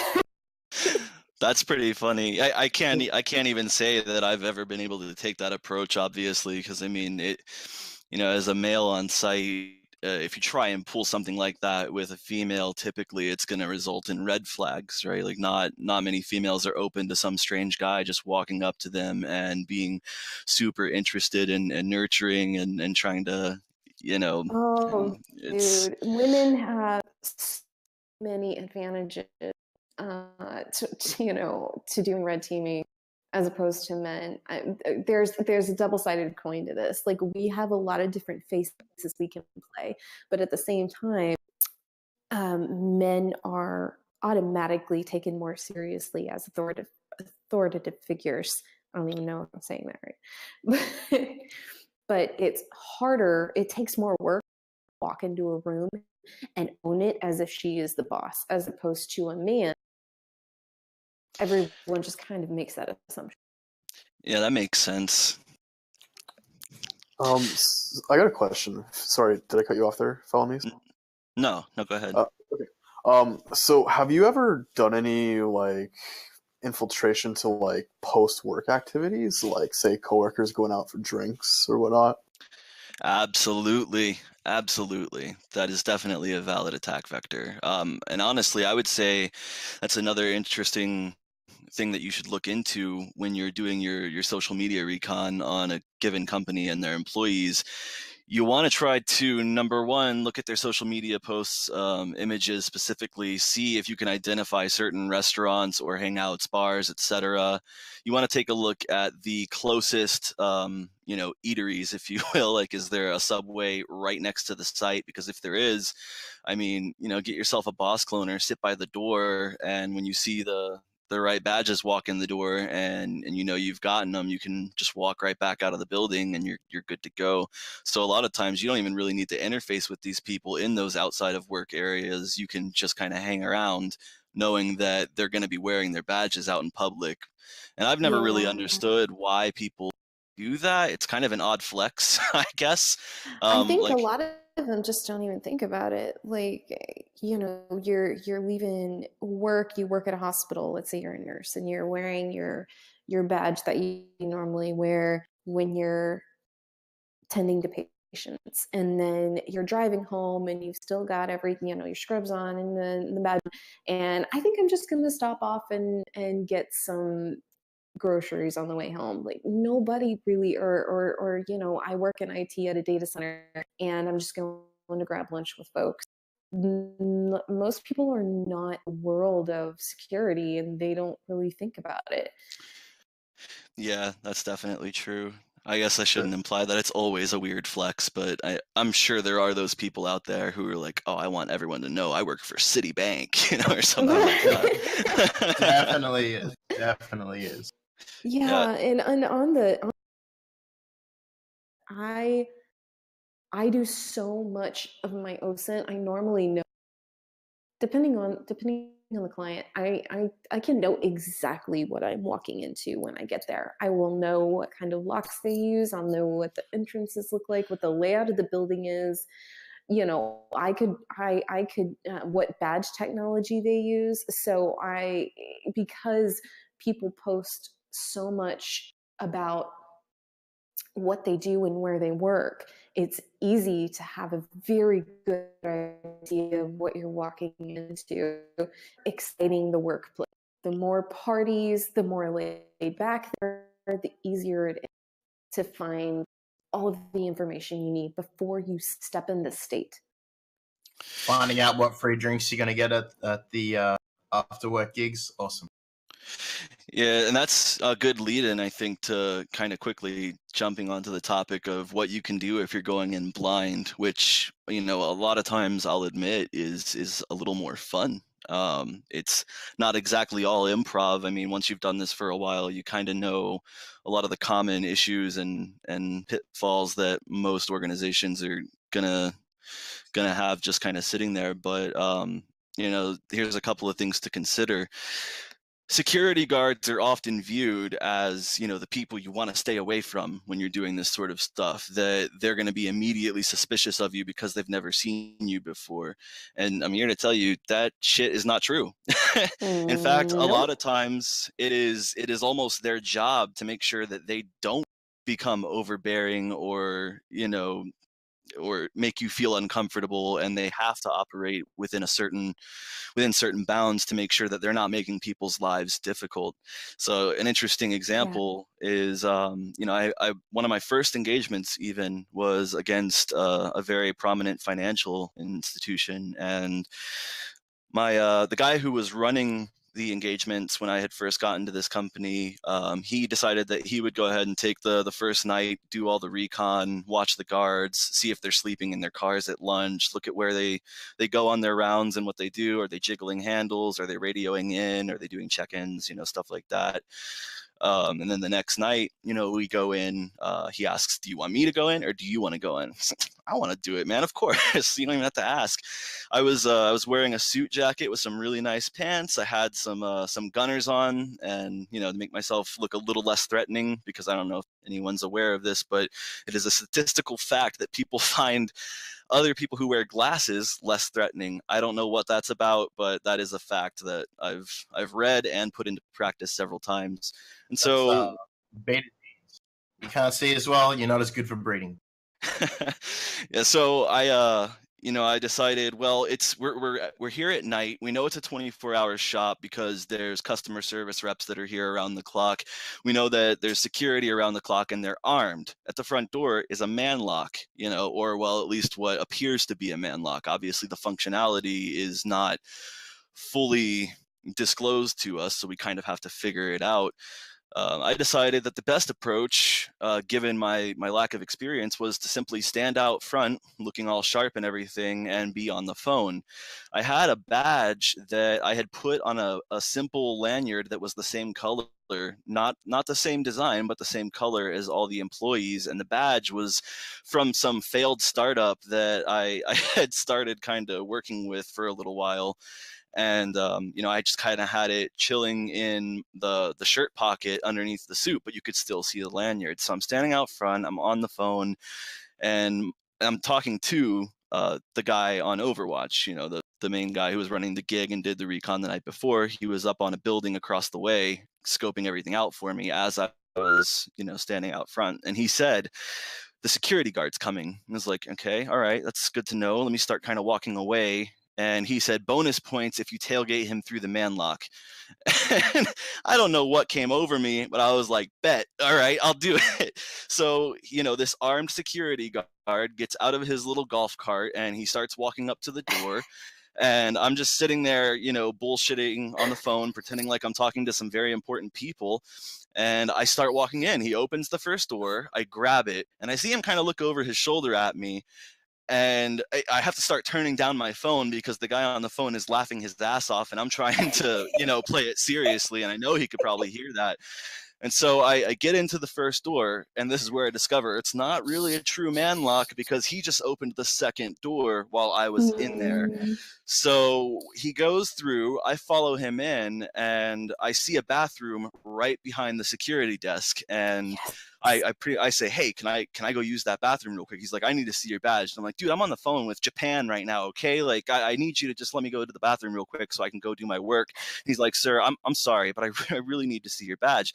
And so as dickishly as I possibly could, I pull my fake badge out. I wave it around. I'm like, here, see, dude, do you see it? And I put it right back in my shirt.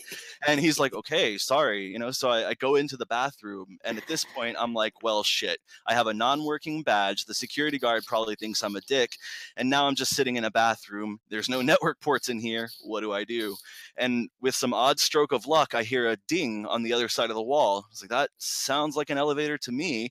We had done recon the night before again, so we knew that the customer service representatives were on the second and third floors, which means that when I hear that elevator ding, it's probably people coming out to leave, to go smoke, to go to lunch, etc.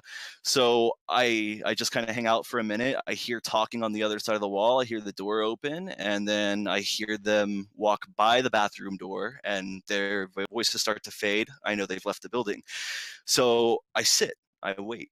I decide that the next time I hear that elevator ding, I'm going to wait, 5-10 seconds maybe, and then I'm going to walk out and I'm going to catch that door.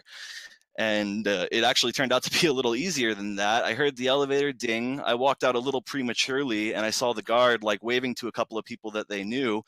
And I was still on the phone, and I walked up to the door, and the guy just held it for me. He's like, hey, welcome, late night, huh? I was like, oh yeah, you have no idea. And so, and right then, I knew that it was kind of over. And by happenstance, I kind of walked down a dark hallway thinking, there's not going to be any staff down here, less likely to get questioned or challenged on anything. So I can find an empty conference room or a desk and plug in there. And it turns out that I kind of just waltzed into the compliance area and decided to grab some laptops. I planted a rutabaga so we could have wireless access from outside the building.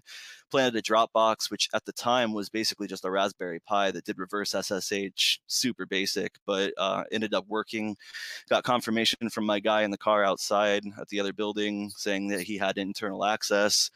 And then, I start stuffing devices and laptops into my bag from people's desks. And then I go to walk out the door after we had gotten everything we needed and knew that we had two methods of getting into the internal network, a backup and then the primary, which was the Dropbox. And, then I go walking out the door. And as I'm walking out the door, the security guard waves to me, and I waved to him with a stolen laptop. I was like, all right, man, see you later. and that was that. It was in the bag. And that was one of my first engagements. And that, the rush that I got following that guy in was nothing compared to the rush that I got walking out the door with all that gear. And just kind of as a follow-up, we went to the hotel to celebrate and continue the hackery. We found that the laptops were actually full disk encrypted. And that was pretty interesting because it turns out that the FDE passphrases were based off of the user's AD credentials, which are cached. And we had ended up finding passwords underneath keyboards, and we were trying them over and over again. And it turns out that one of these guys logged in on this person's laptop or had it at some point. We were able to bypass full disk encryption. So it was like a full and complete compromise, basically just off of a bet that I wouldn't follow a security guard through a man lock. It was pretty interesting. That is fantastic. It's a beautiful story. So how do you go about giving back, 5, 6, 7, 8 laptops? Well, so typically, there's in a mature organization, at least, there's going to be procedures for how to deal with the tail end of these engagements. In this particular place, it was protocol to notify the authorities at a local and federal level if these devices in this specific OU of the organization were ever discovered to be missing. So it wound up being like this huge deal, and people were flipping out, and the client basically said like, hey, you gotta come return that stuff like right now. We were like, okay. So usually it's something that either A, you hang on to everything you have until you're done with the final site, or you're doing the final presentation and you bring these things with you as proof, or kind of goodies that you were able to pick up. But a lot of time, the point of contact will instruct you on how to return it in a discreet fashion. usually notifying the security guard or the receptionist ahead of time that you're going to be dropping off a package, and they don't really say what it is or anything like that. So the test remains under the radar to some extent. Yeah, and typically you want to work stuff like that out with the client and the rules of engagement before they start. So if like I'll be on the phone with the client back in my contractor days. The present itself where I steal company property, sensitive company property that would allow me access to your network from the outside. Is this okay? And I kind of give them the pros and the cons. Like this, this is what a realistic attacker would do. If I had a Post-it note with someone's password on it and their laptop was right there, maybe I access it right there and get a shell team. Maybe I just take the laptop. Depends. And they will say yay or nay. And different companies, different pen testers do this different ways. But they'll work out a system to get that back. Yeah, and it's really important to note too that, and this is something that I know a lot of people who are new to doing this are going to have a hard time managing, but just because you can steal stuff does not always mean you should. I can't really explain in much detail, but that recently came back to bite me pretty hard because I had surreptitiously gained entry to a building. I did not hit any logs with a badge. I wasn't on camera. And I had every opportunity to completely, just remain unseen and unknown. And I decided to lift hardware that I didn't necessarily need to take. And it wound up kind of killing the engagement in a couple of ways. So keep in mind that just because you can doesn't mean you should, especially if you have tripped no alarms, you're not on camera, and you didn't have to use a badge, and you're not on any logs anywhere. It's really important to keep flying under the radar for as long as you can.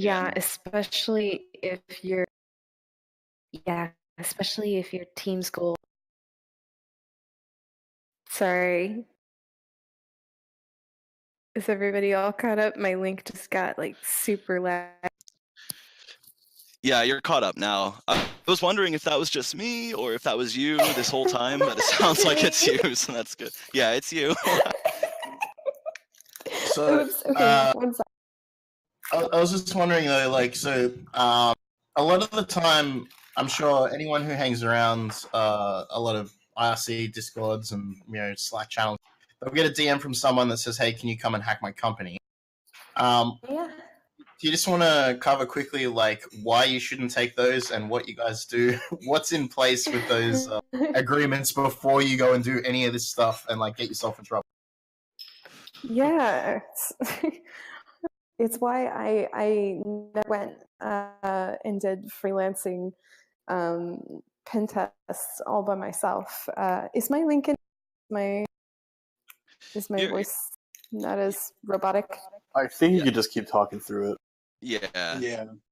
Okay, we're cool. we're trying to serve people from literally every single corner of the earth right now, so Okay. have some time.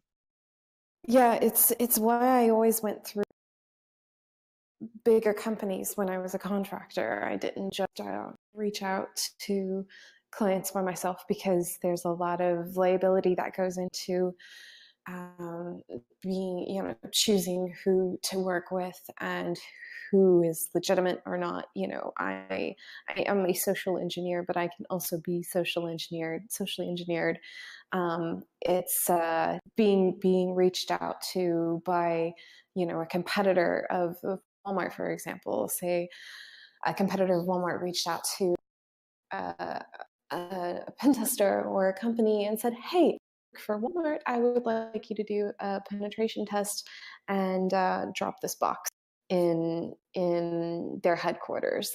And I'm thinking, I'm Walmart, and I'm like, "Yeah, sure, I'll go ahead and do that." And as long as how much are you gonna pay me? Engagement. And they go through all of it as if they were legitimate. And then it be someone completely different. You don't want to be on the hook for that. So that is absolutely a concern of mine. I always went larger.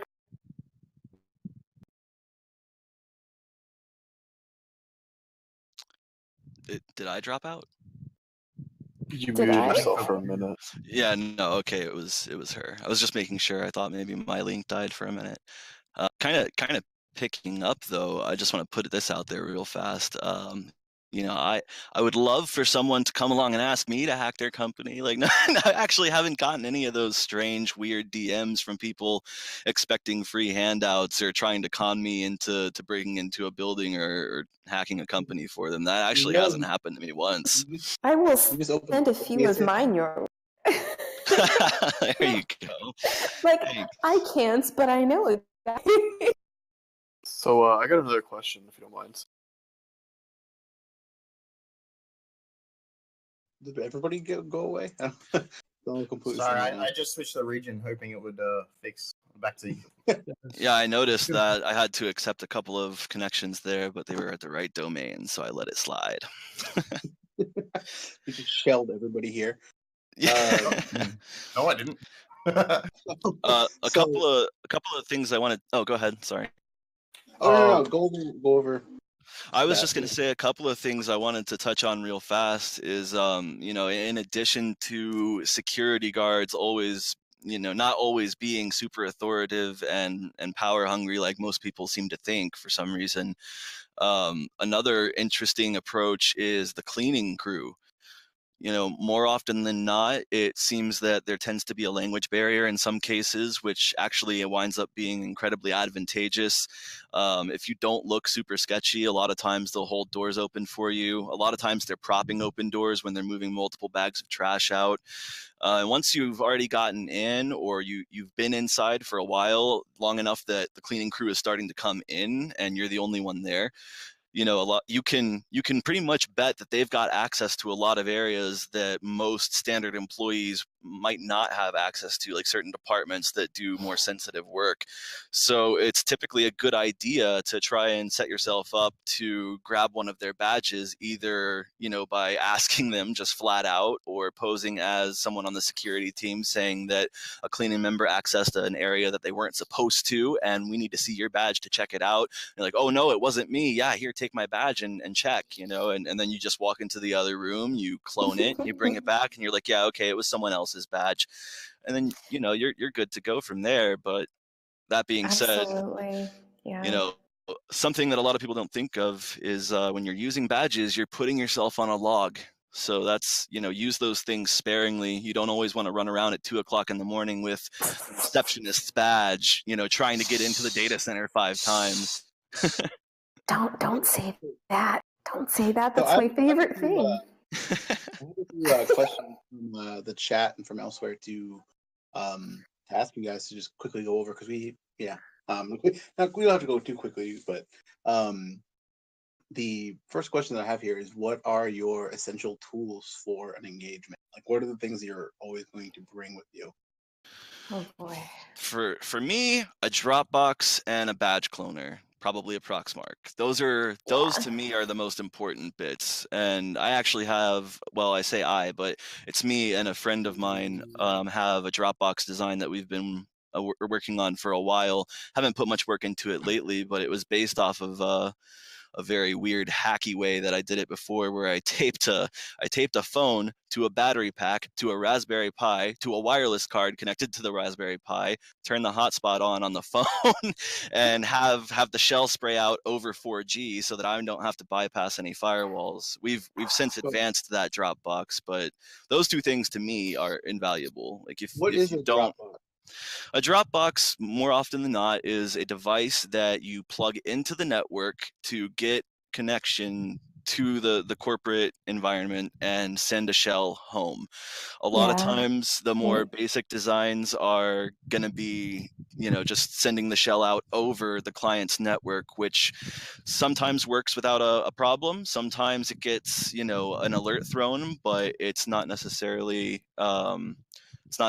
going to be blocked, but just always consider that, again, you might be hitting on some logs that you don't want to hit on, and furthermore, a good Dropbox will allow you to activate an active mode remotely where it's passive and isn't grabbing an IP address or anything like that on the local area connection until you are ready. So that's an important thing to note. But yeah, that's pretty much in a nutshell what a Dropbox is. It's a box you plug into the network to get access remotely, and either that's going to be you checking it out later when you get to the hotel, or you have someone at the ready, like Jack's situation typically is, who's watching for that shell to come home and immediately goes to work while you go do the rest of the fun stuff on site. Yeah, while you're digging through drawers and searching for passwords, and maybe even unlocking a few computers and plugging in deck keys and things like that, like the rest of the fun on site. So WaveGuide. Sorry? There's a question from WaveGuide, and he wanted to know if you have gone back and modified the access control or system logs to cover the tracks, the door entries, I guess. Well, so that's kind of a gray area. Typically, like Jack said a little bit ago, you want to try to get ahead of that stuff when you're scoping things out, or before you go on site after the scope has been determined. You can still ask, do you want me to leave logs in place? Do you want me to try to cover my tracks? A lot of times they're going to ask you to leave that stuff alone. But when you are allowed to clear logs and things like that, usually when it comes to badges, if the company that you're targeting is in a multi-tenant building, facilities is out of scope in a lot of cases. So you're not really allowed to go into the facilities office, log on to that machine and clear logs. That's not something you're really allowed to do. So when it's available, yeah, it's typically something you want to make sure that you do. But more importantly, if you can avoid getting on logs altogether, that's the better approach. So if I can go one step further on that question, you mentioned using Proxmarks. So with access control, if you were to clone the receptionist's card, for example, how often do you try and elevate that privilege by modifying whatever you've cloned? Actually, that's something I've probably done not too much of. You can enumerate different codes for these badges and try them out on doors that you don't have access to, but you're going to make a lot of noise through that trial and error that isn't necessarily going to do you much good if you don't get to the target before they see this and it trips them out. So I typically don't bother myself. That might raise more eyebrows than it would get you access on some systems. Like there are some buildings where you might be able to play with the badge system for several hours and nobody would even register it. There would be a log somewhere, but who's checking it unless after the fact they realize something happened and they start going through it. But that's if you end up getting detected. But from a privilege escalation perspective, yeah, that definitely isn't something I would say happens very often. Yeah, and something else to consider. Some badging systems are more advanced than others. Some are more configured than others. I have, in an interesting turn of events, I was testing multiple sites across the United States for a specific client, and we had found in a backpack at a consultant's desk badges to multiple facilities across the country. Nice. Yeah, and so we decided, like, okay, let's grab these for sure, right? Clone them, take pictures of them, and we flew to the headquarters and we looked at all the doors and everything, and we saw this one specific door off the back of the building that looked like it was more for maintenance workers to go through, and we chose to use that door. I can't really explain the thought process behind it. It just looked like it would, be less suspicious than walking through the front door in the middle of the night where all of the cameras were and the security guard was. You just know. You just know. So when you've done enough of these, you're like, you look at a building, you kind of see what's going on the front, you see what's going on the side entrances, and you know which door is going to be more likely for you to breach through. And the moral of that particular story too is, don't always take that sort of access for granted. We got in, we were in the copier room, and that's where we put our Dropbox, and then we left. We decided to go back later through the front door because we needed to get up to different areas, and we couldn't get through the door from the copier room to everything else because it didn't have a badge and it was locked. So we went through the front door, and my badge was the only one that was cloned to that user's badge. And I don't want to say crudely, because inside of a sleeve it looked perfectly normal, but I basically went to, a Kinko's or FedEx or whatever, and I printed out the badge image on gloss paper and X-Actoed it out and pasted it onto my prox card. And we went through the front door. Brother. I've been there.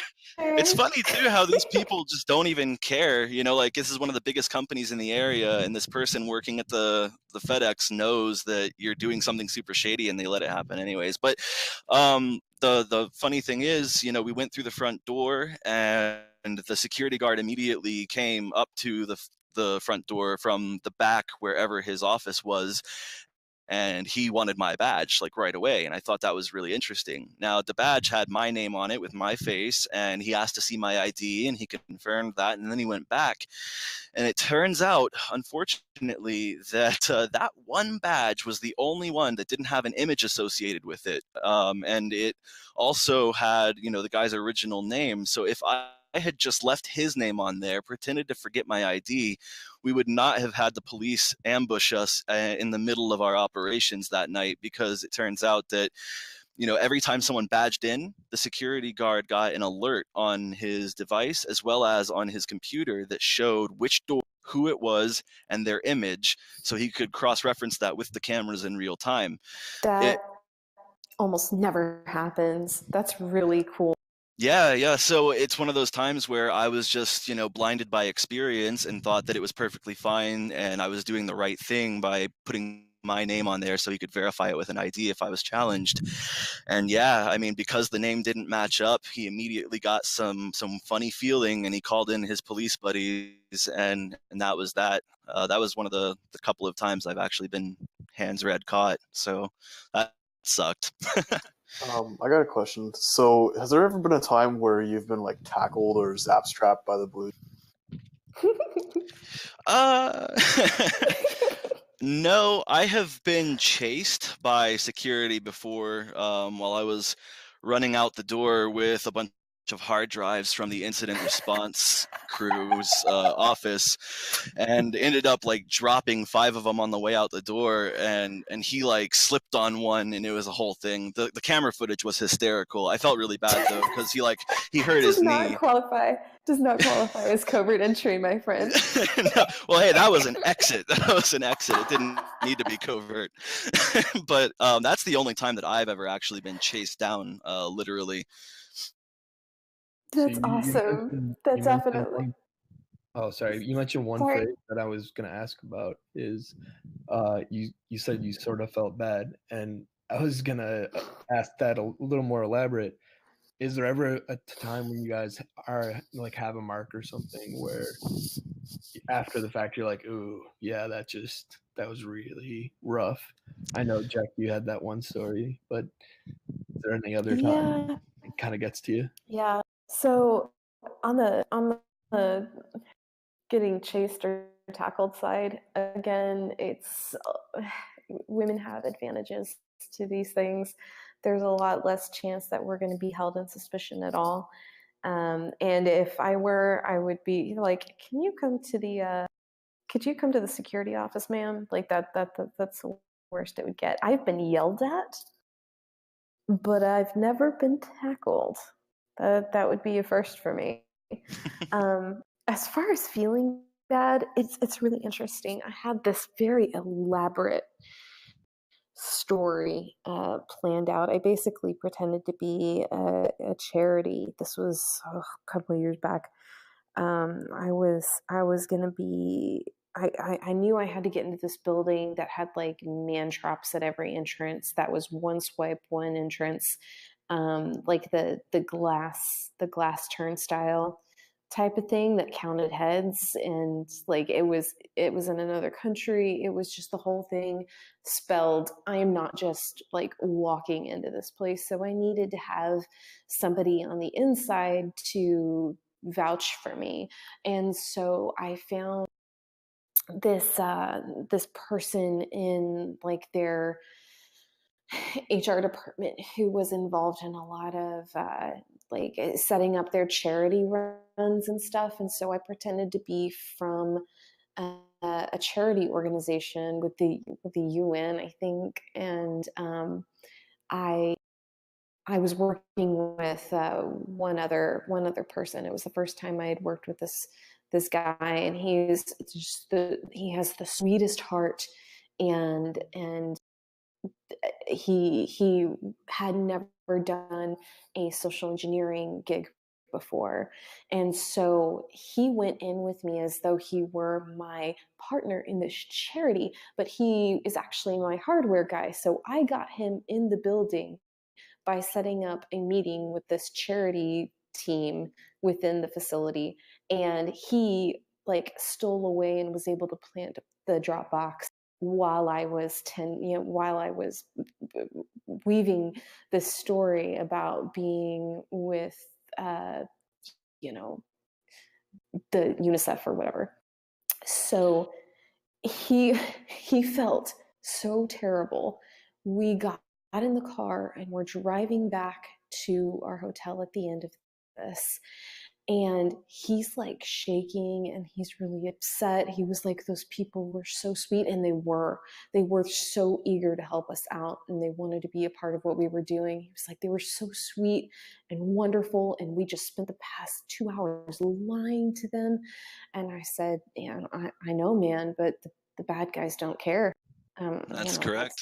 That's really what it comes down to, is the bad guys don't care. And I will never forget, we were sitting in the back of this car, and he looked over at me and he said, have you been tested for psychopathy? That is a perfect segue into what I was gonna say, actually, which is I don't mean to sound horribly sociopathic, but I don't ever feel bad, not one bit. No. I mean, there's definitely been times where I know that my actions have gotten people fired, and just for everyone listening, it's pretty important that you don't ever suggest that people get fired for what they let you do or what they gave you. That's just not okay. Number one, there's a really good chance that that person will be their most vigilant employee from then on out if they're given the information of what they let happen.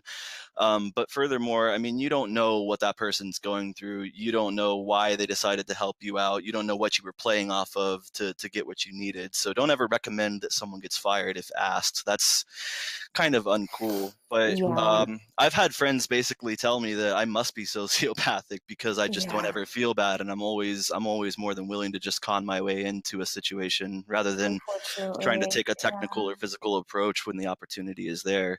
The fact is that. Go ahead. I'm sorry. No, I was just gonna say the same thing that you pretty much followed it up with, which is, the bad guys don't care, so why should I? Yeah. Do you have like an ethical line? I've pretended to be authoritative figures. I've pretended to be from charities. I've pretended to be from like green sustainability organizations. I've like full on. I had a guy ask me. I had a couple of guys ask me on a date. One guy asked me to go to tango lessons with him. Like these things are a part of the job, and you have to learn how to sleep well at night, knowing that you might have ruined someone's day, but ultimately you have made their job more secure. Yeah. Yep. I guess, yeah. Okay, cool. I appreciate the honesty in those answers, because especially kind of painting yourself as sociopathic is something that I don't think everybody would be willing to do. But well, and just so we're clear, I mean, like, I've got a family, like I care about people, and I'm doing my job. That's really all it comes down to. I mean, this may sound totally lame, but you know, I'm here to party and have fun and hack stuff and break into shit. But at the end of the day, I mean, when you're dealing with critical infrastructure, transportation, financial institutions, you know, these companies are in control of a lot of aspects of your life, unfortunately. So it's pretty important to give them an accurate representation of what the threat looks like. You can't wear your heart on your sleeve. It's not going to do the job for you. Yeah, I think the one thing that, at least for me, the reason I asked that kind of line of questioning, even though it's a little bit of a bummer, is when you earlier were talking about that after hours and outside of work is fair game with socialing people. I think that in a lot of people that are listening probably are thinking to themselves, huh, wait a minute, so all these people Like, that I have the superpowers, so why don't I use it against like everybody? Is that what your question is? no, Like, more like people being paranoid about making new friends. I mean, yeah, you probably shouldn't be super forthcoming with where you work or what your position is with everyone you meet, especially if you know that your position specifically could be leveraged in a negative manner against your company. You know, don't hand strangers your phones. Maybe don't go to bars with your badge in your pocket. You know, it's not super hard to pickpocket or to rub up against someone awkwardly with a Proxmark in your pocket. You know, I don't want to advocate that everyone like does a background check on every Joe that they meet, but at the same rate, you know, definitely don't assume that people who just are super kind and want to talk to you about your workplace for no particular reason are doing so just because they're interested. I also have, yeah, I have another word to the wise. I was just talking to some government friends about this yesterday because apparently it's a very common problem, and it sounds super crass, but it's something that you need to keep in mind if you're working with sensitive material. Is if she's hot and you're not, think OPSEC.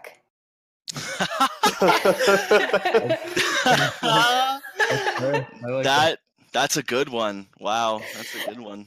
And it's, you know, the same applies for women. Women are just as vulnerable to the same type of attack. You know, if you normally pick up fives at the bar, you know, and then suddenly a 9 or 10 comes a call, and all they want to know is about what you do and where you work, and you know, just use your brain. The head on your shoulders. Yeah, you took the words right out of my mouth. This will be the episode that we completely make all of our audience just totally paranoid to talk to anybody. Like, and beware of pregnant women. I'm just messing, guys. So, oh my god, that I wanted to ask you guys before we get going, okay. Which is, what types of things make your job harder? Honestly, for me, I think the answer would be more around the physical controls. You know, like if all the doors are locked, if there's proper controls in place on the badge access side of the house, if, you know, laptops are full disk encrypted, if port security is turned on all network jacks, if, you know, they've got deep packet inspection going on, you know, like these things make my job hard. And unfortunately, it seems that a lot of the time, most of those things are overlooked or not so closely monitored. And if I always had to rely on the social element, then I would be a little less stoked on my job, because I mean, and I don't know if I'm upsetting anyone or anything by saying this, but social engineering is easy, man. It really is. I know that for some people it's difficult, especially people in the technical field who don't really have a lot of strong soft skills. But once you learn that a lot of people operate on the same fundamentals and that most people really just want to help, you're pretty much in your element for good. And that being said, if people are properly trained and they know to call out and challenge individuals whom they've never seen before, or they know to at least look at the badge and like see if it's pasted onto a prox card and stuff like that. I mean, that would certainly make it exceedingly difficult to ever do daytime breaches. It would be, and people want to be helpful. People tend to want to keep to themselves, and if they have to interact with another person, they want to come off as helpful, they want to come off as friendly, and they don't want to be rude. All of these things add up to me breezing into most of the facilities that I am up against, even if I haven't replicated a badge and have it, taped to a prox card. So as far as the social stuff, it's getting your users past the point where they are at least the people who are in charge of the security of your building. So your security guards and the managers and supervisors, getting them past the point where they don't feel comfortable approaching somebody that they don't recognize or that looks like they're doing something suspicious. The other thing is yeah, like he was saying, your physical security has been implemented correctly. So a lot of times I'm able to get into, you asked a question earlier about the tools we use most, or like our essential kit. Mine is like a Slim Jim, something that you can just like slip a latch with, or a credit card. An underdoor tool, which is just a tool like you see handle style doors, which are ADA required in most buildings now. It's just a tool that you can fish underneath the door, hook onto the handle from the other side, and pull, and then the door is open. It is that simple. And a hunt pad called a Boz cloner, which I am able to almost automatically just walk past somebody within a couple feet, and I'm able to grab the read off their card with a reader that's in my bag. And then I write a new card. That's a thing.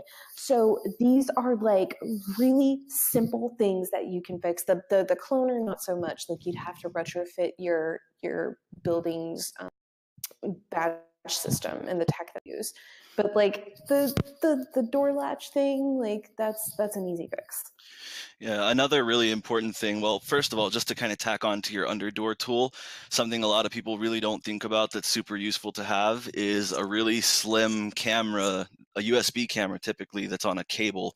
So you can kind of fish it through openings under the door, kind of see what's even in there, if it's worth risking getting caught trying to break into this door.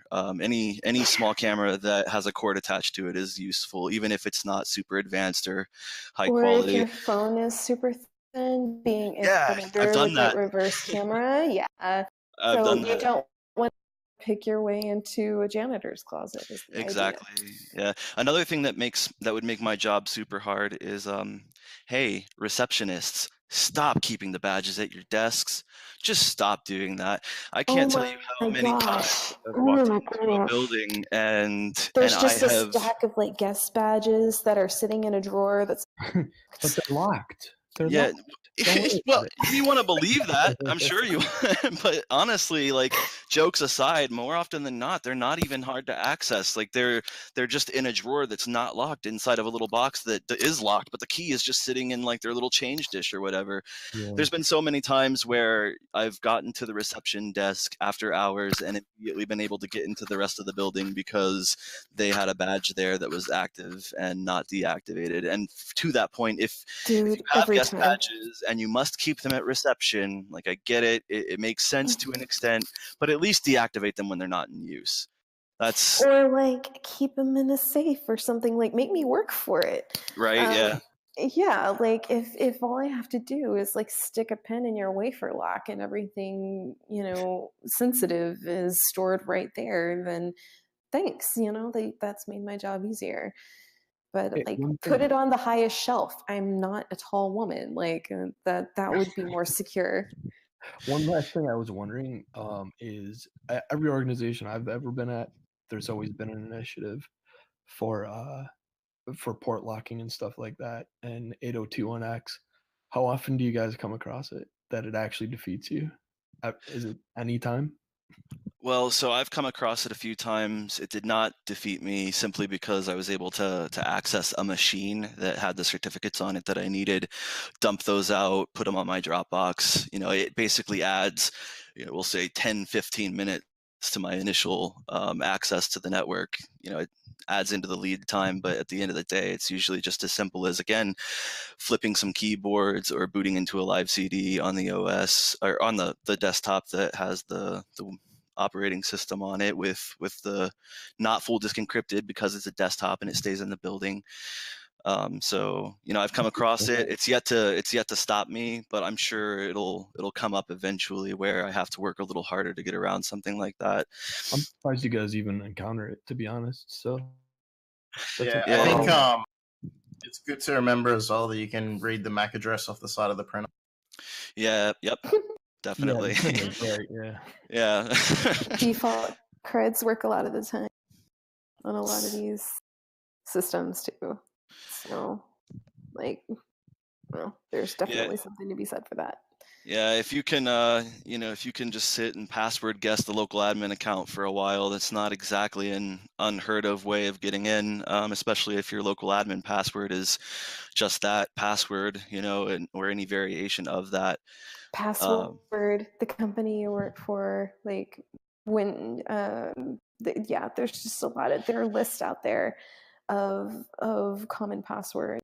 And if your password is on that list, you need to change it.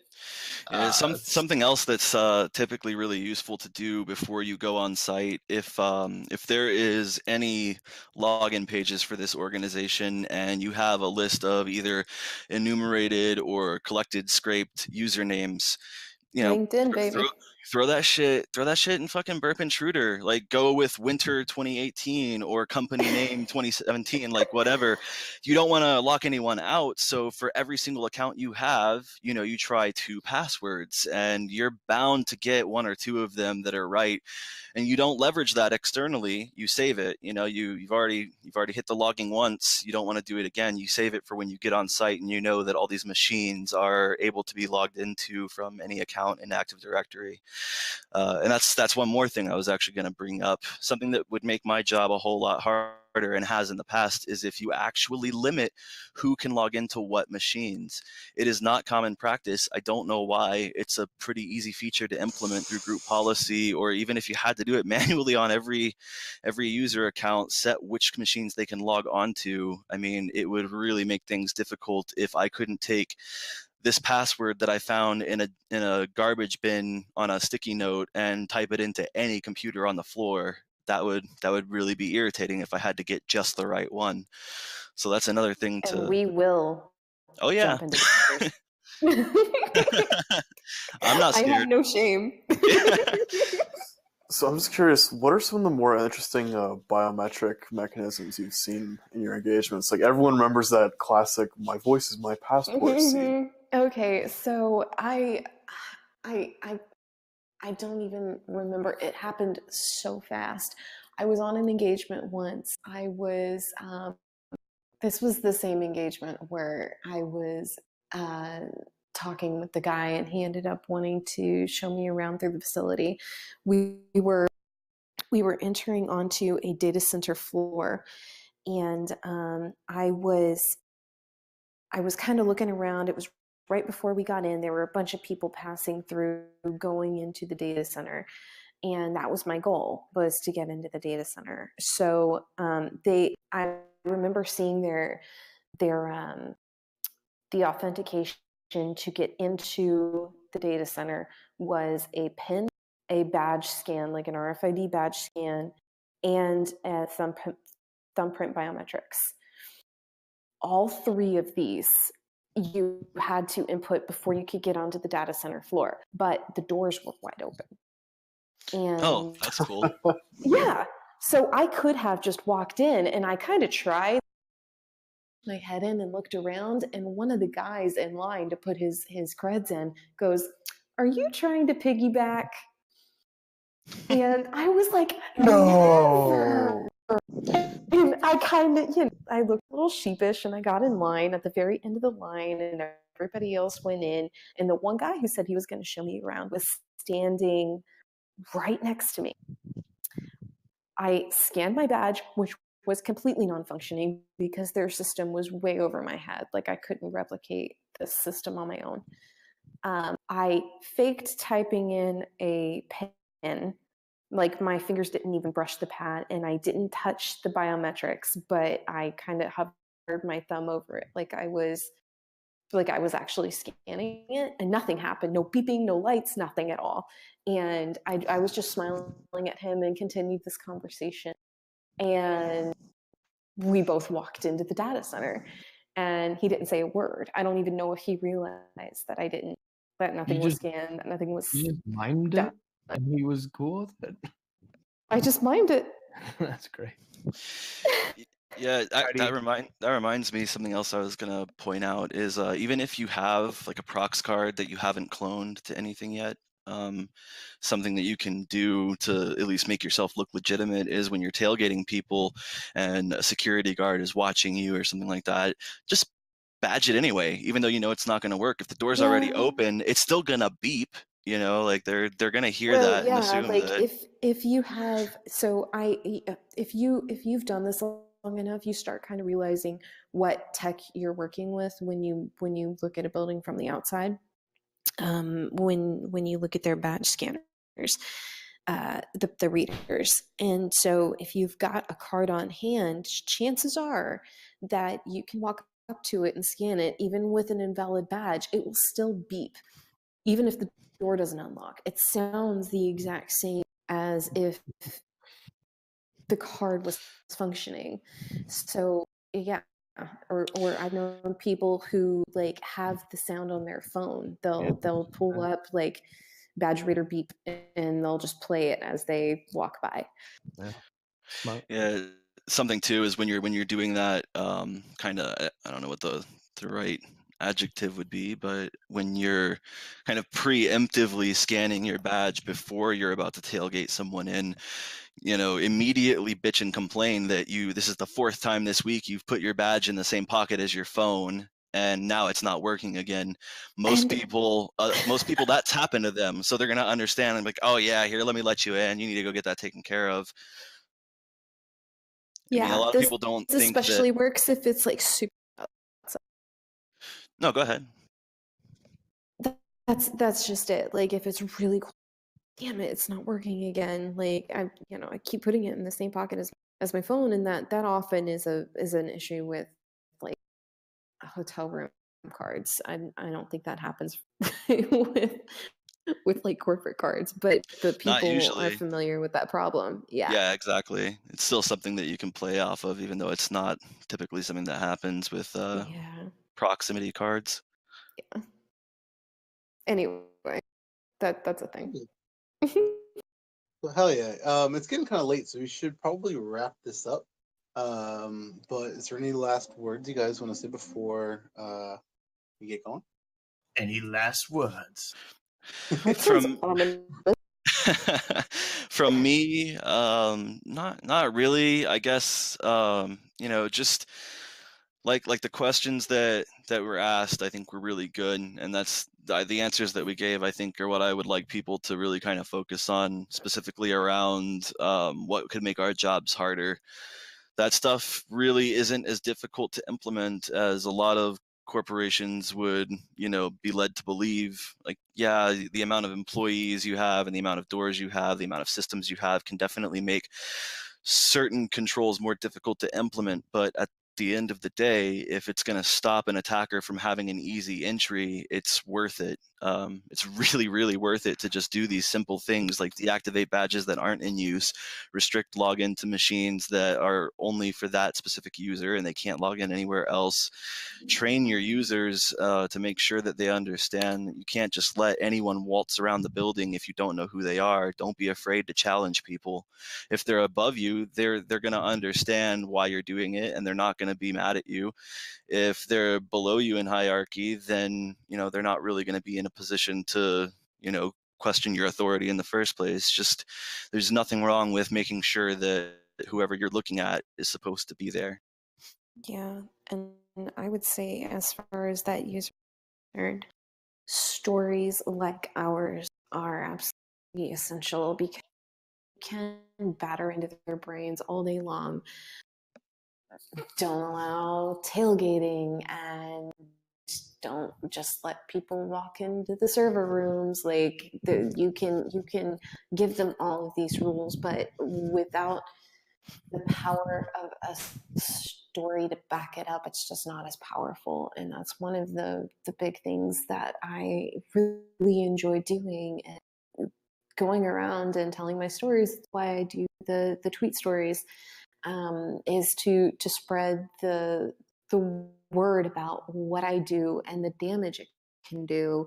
And what I found is that a lot of those people are really, really eager to be a part of the solution. They want to be the one who catches us.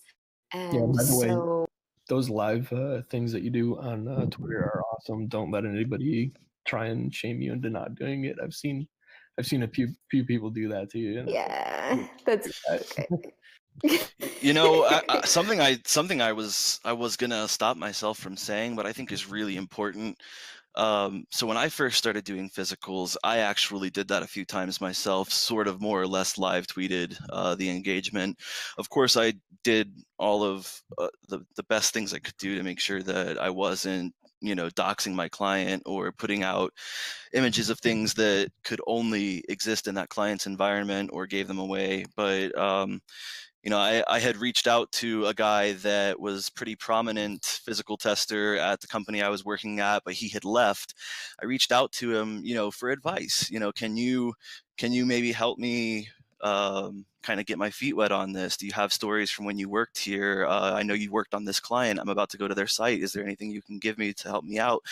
Dude completely ignored me, right? Like didn't ever respond. I know he saw the messages, but he didn't ever reply. And then I hear through the grapevine from a mutual friend of ours that, he had seen my Twitter and that I had tweeted some stuff. And yeah, he's too good. He's too good to talk to a noob, right? He's too good to give advice and help me out, especially What knowing that we an work from the same arrogant. company. But then he sees that and he's got no problem running around talking shit about how unprofessional I am and this and that. And the funny thing too is pretty much the stuff that he was like targeting with those accusations, or not accusations, but saying was unprofessional, were actually not even things from engagements, but just random like cameras and turnstiles and things like that from buildings that we were staying in as hotels or restaurants and things like that. Yeah, so don't, if you're too good to fucking help someone out who's just getting in, you're also too good to talk shit about them when they make mistakes. Just keep that in mind. I got a question. Don't need to dox the person or actually try to shame or anything, but a scale of 1 to 10 to InfoSec famous, is he a 10 or what? like how famous is this dude? I mean, we can make guesses all day and eventually we'll get a reaction out of you. Frankly, I have no idea. I haven't looked him up. He has a fantastic poker face. I love that. I haven't even looked into the guy since I heard that. So I honestly have no idea what his following or anything looks like. I got you. Yeah, there have been a few pretty nasty personalities that I've run into in the beginning this career, but almost everybody has been absolutely encouraging and absolutely wonderful. And I don't know where I would be without this community, guys. So thank you. Awesome. Thanks for being on, guys. Yeah, it's really been fun talking to you guys. I hope a few people out there either have heard some things that they might try out on their next gig or their first gig, or people have heard valuable information on how they can keep their organization safe. Whatever direction you're going with this info, just use it wisely and use it vigilantly, and don't rely on the same tricks too often, but more often than not the same tricks are going to work. Yeah. Yeah, so if you want to talk shop, just reach out on Twitter. And I mean, I think we're both just super nerds about this stuff. Yeah. I may not always see the request DMs, so like if I'm not responding to you over DM, it's probably because it's like filed into the request somewhere, and I don't really check those. But you know, if I'm not responding over DM, feel free to hit me up over a public tweet, and I'll check. Just at us. At me, bro. Hell yeah. So thank you guys so much for coming on. So glad you guys could come on and talk about this kind of stuff. Before we go, one last thing. Next week. All right. So before we go too crazy here, John McAfee might he's been considering this coming on. Really? So that's next sick, week, bro. You're drunk. About coming on. One too many kombuchas. I would suggest giving a slight nudge to this person and tell them to come on, because we tried to get them. They said what day and asked if they could be naked and a bunch of other weirdo questions. But we told him we want to talk about his work on early mainframes, his early malware, and whale fucking and bath salts and whatever else he wants to talk about. So this is a pretty I will only tune in if there's video involved. So yeah, so everybody send a tweet to him, let him know, get his attention. Yeah, just tell him, hey, what's up? You should come out, eat some steakums and do some bath salts. We go hand in hand. So, all right, yeah. But yeah. So John McAfee, just say hi to that boy for us. And John, if you're listening, we love you. Yes, John. John's Papa John. So yeah, dude, don't bring that. You're more than welcome to just say hi on our behalf to him. Yeah. So until then, I guess we're out. So we'll be back next week. If John McAfee doesn't come on, we have another guest lined up, but we are just hoping, fingers crossed, that young McAfee comes on and schools us in making drinks like the infamous whale fucker kombucha and Smirnoff. So, all right. Thanks everybody for listening. This has been ThugCrowd with icommitfelonies and JekHyde. We are on Spotify now and iTunes, so check out the show notes. We are. Oh, I should have grabbed those again. I'll throw them in the chat one more time. Yep, there we go. So, yeah, check out our podcast on your favorite podcast app, and we'll see you next week. Bye. Shut the fuck up. Later.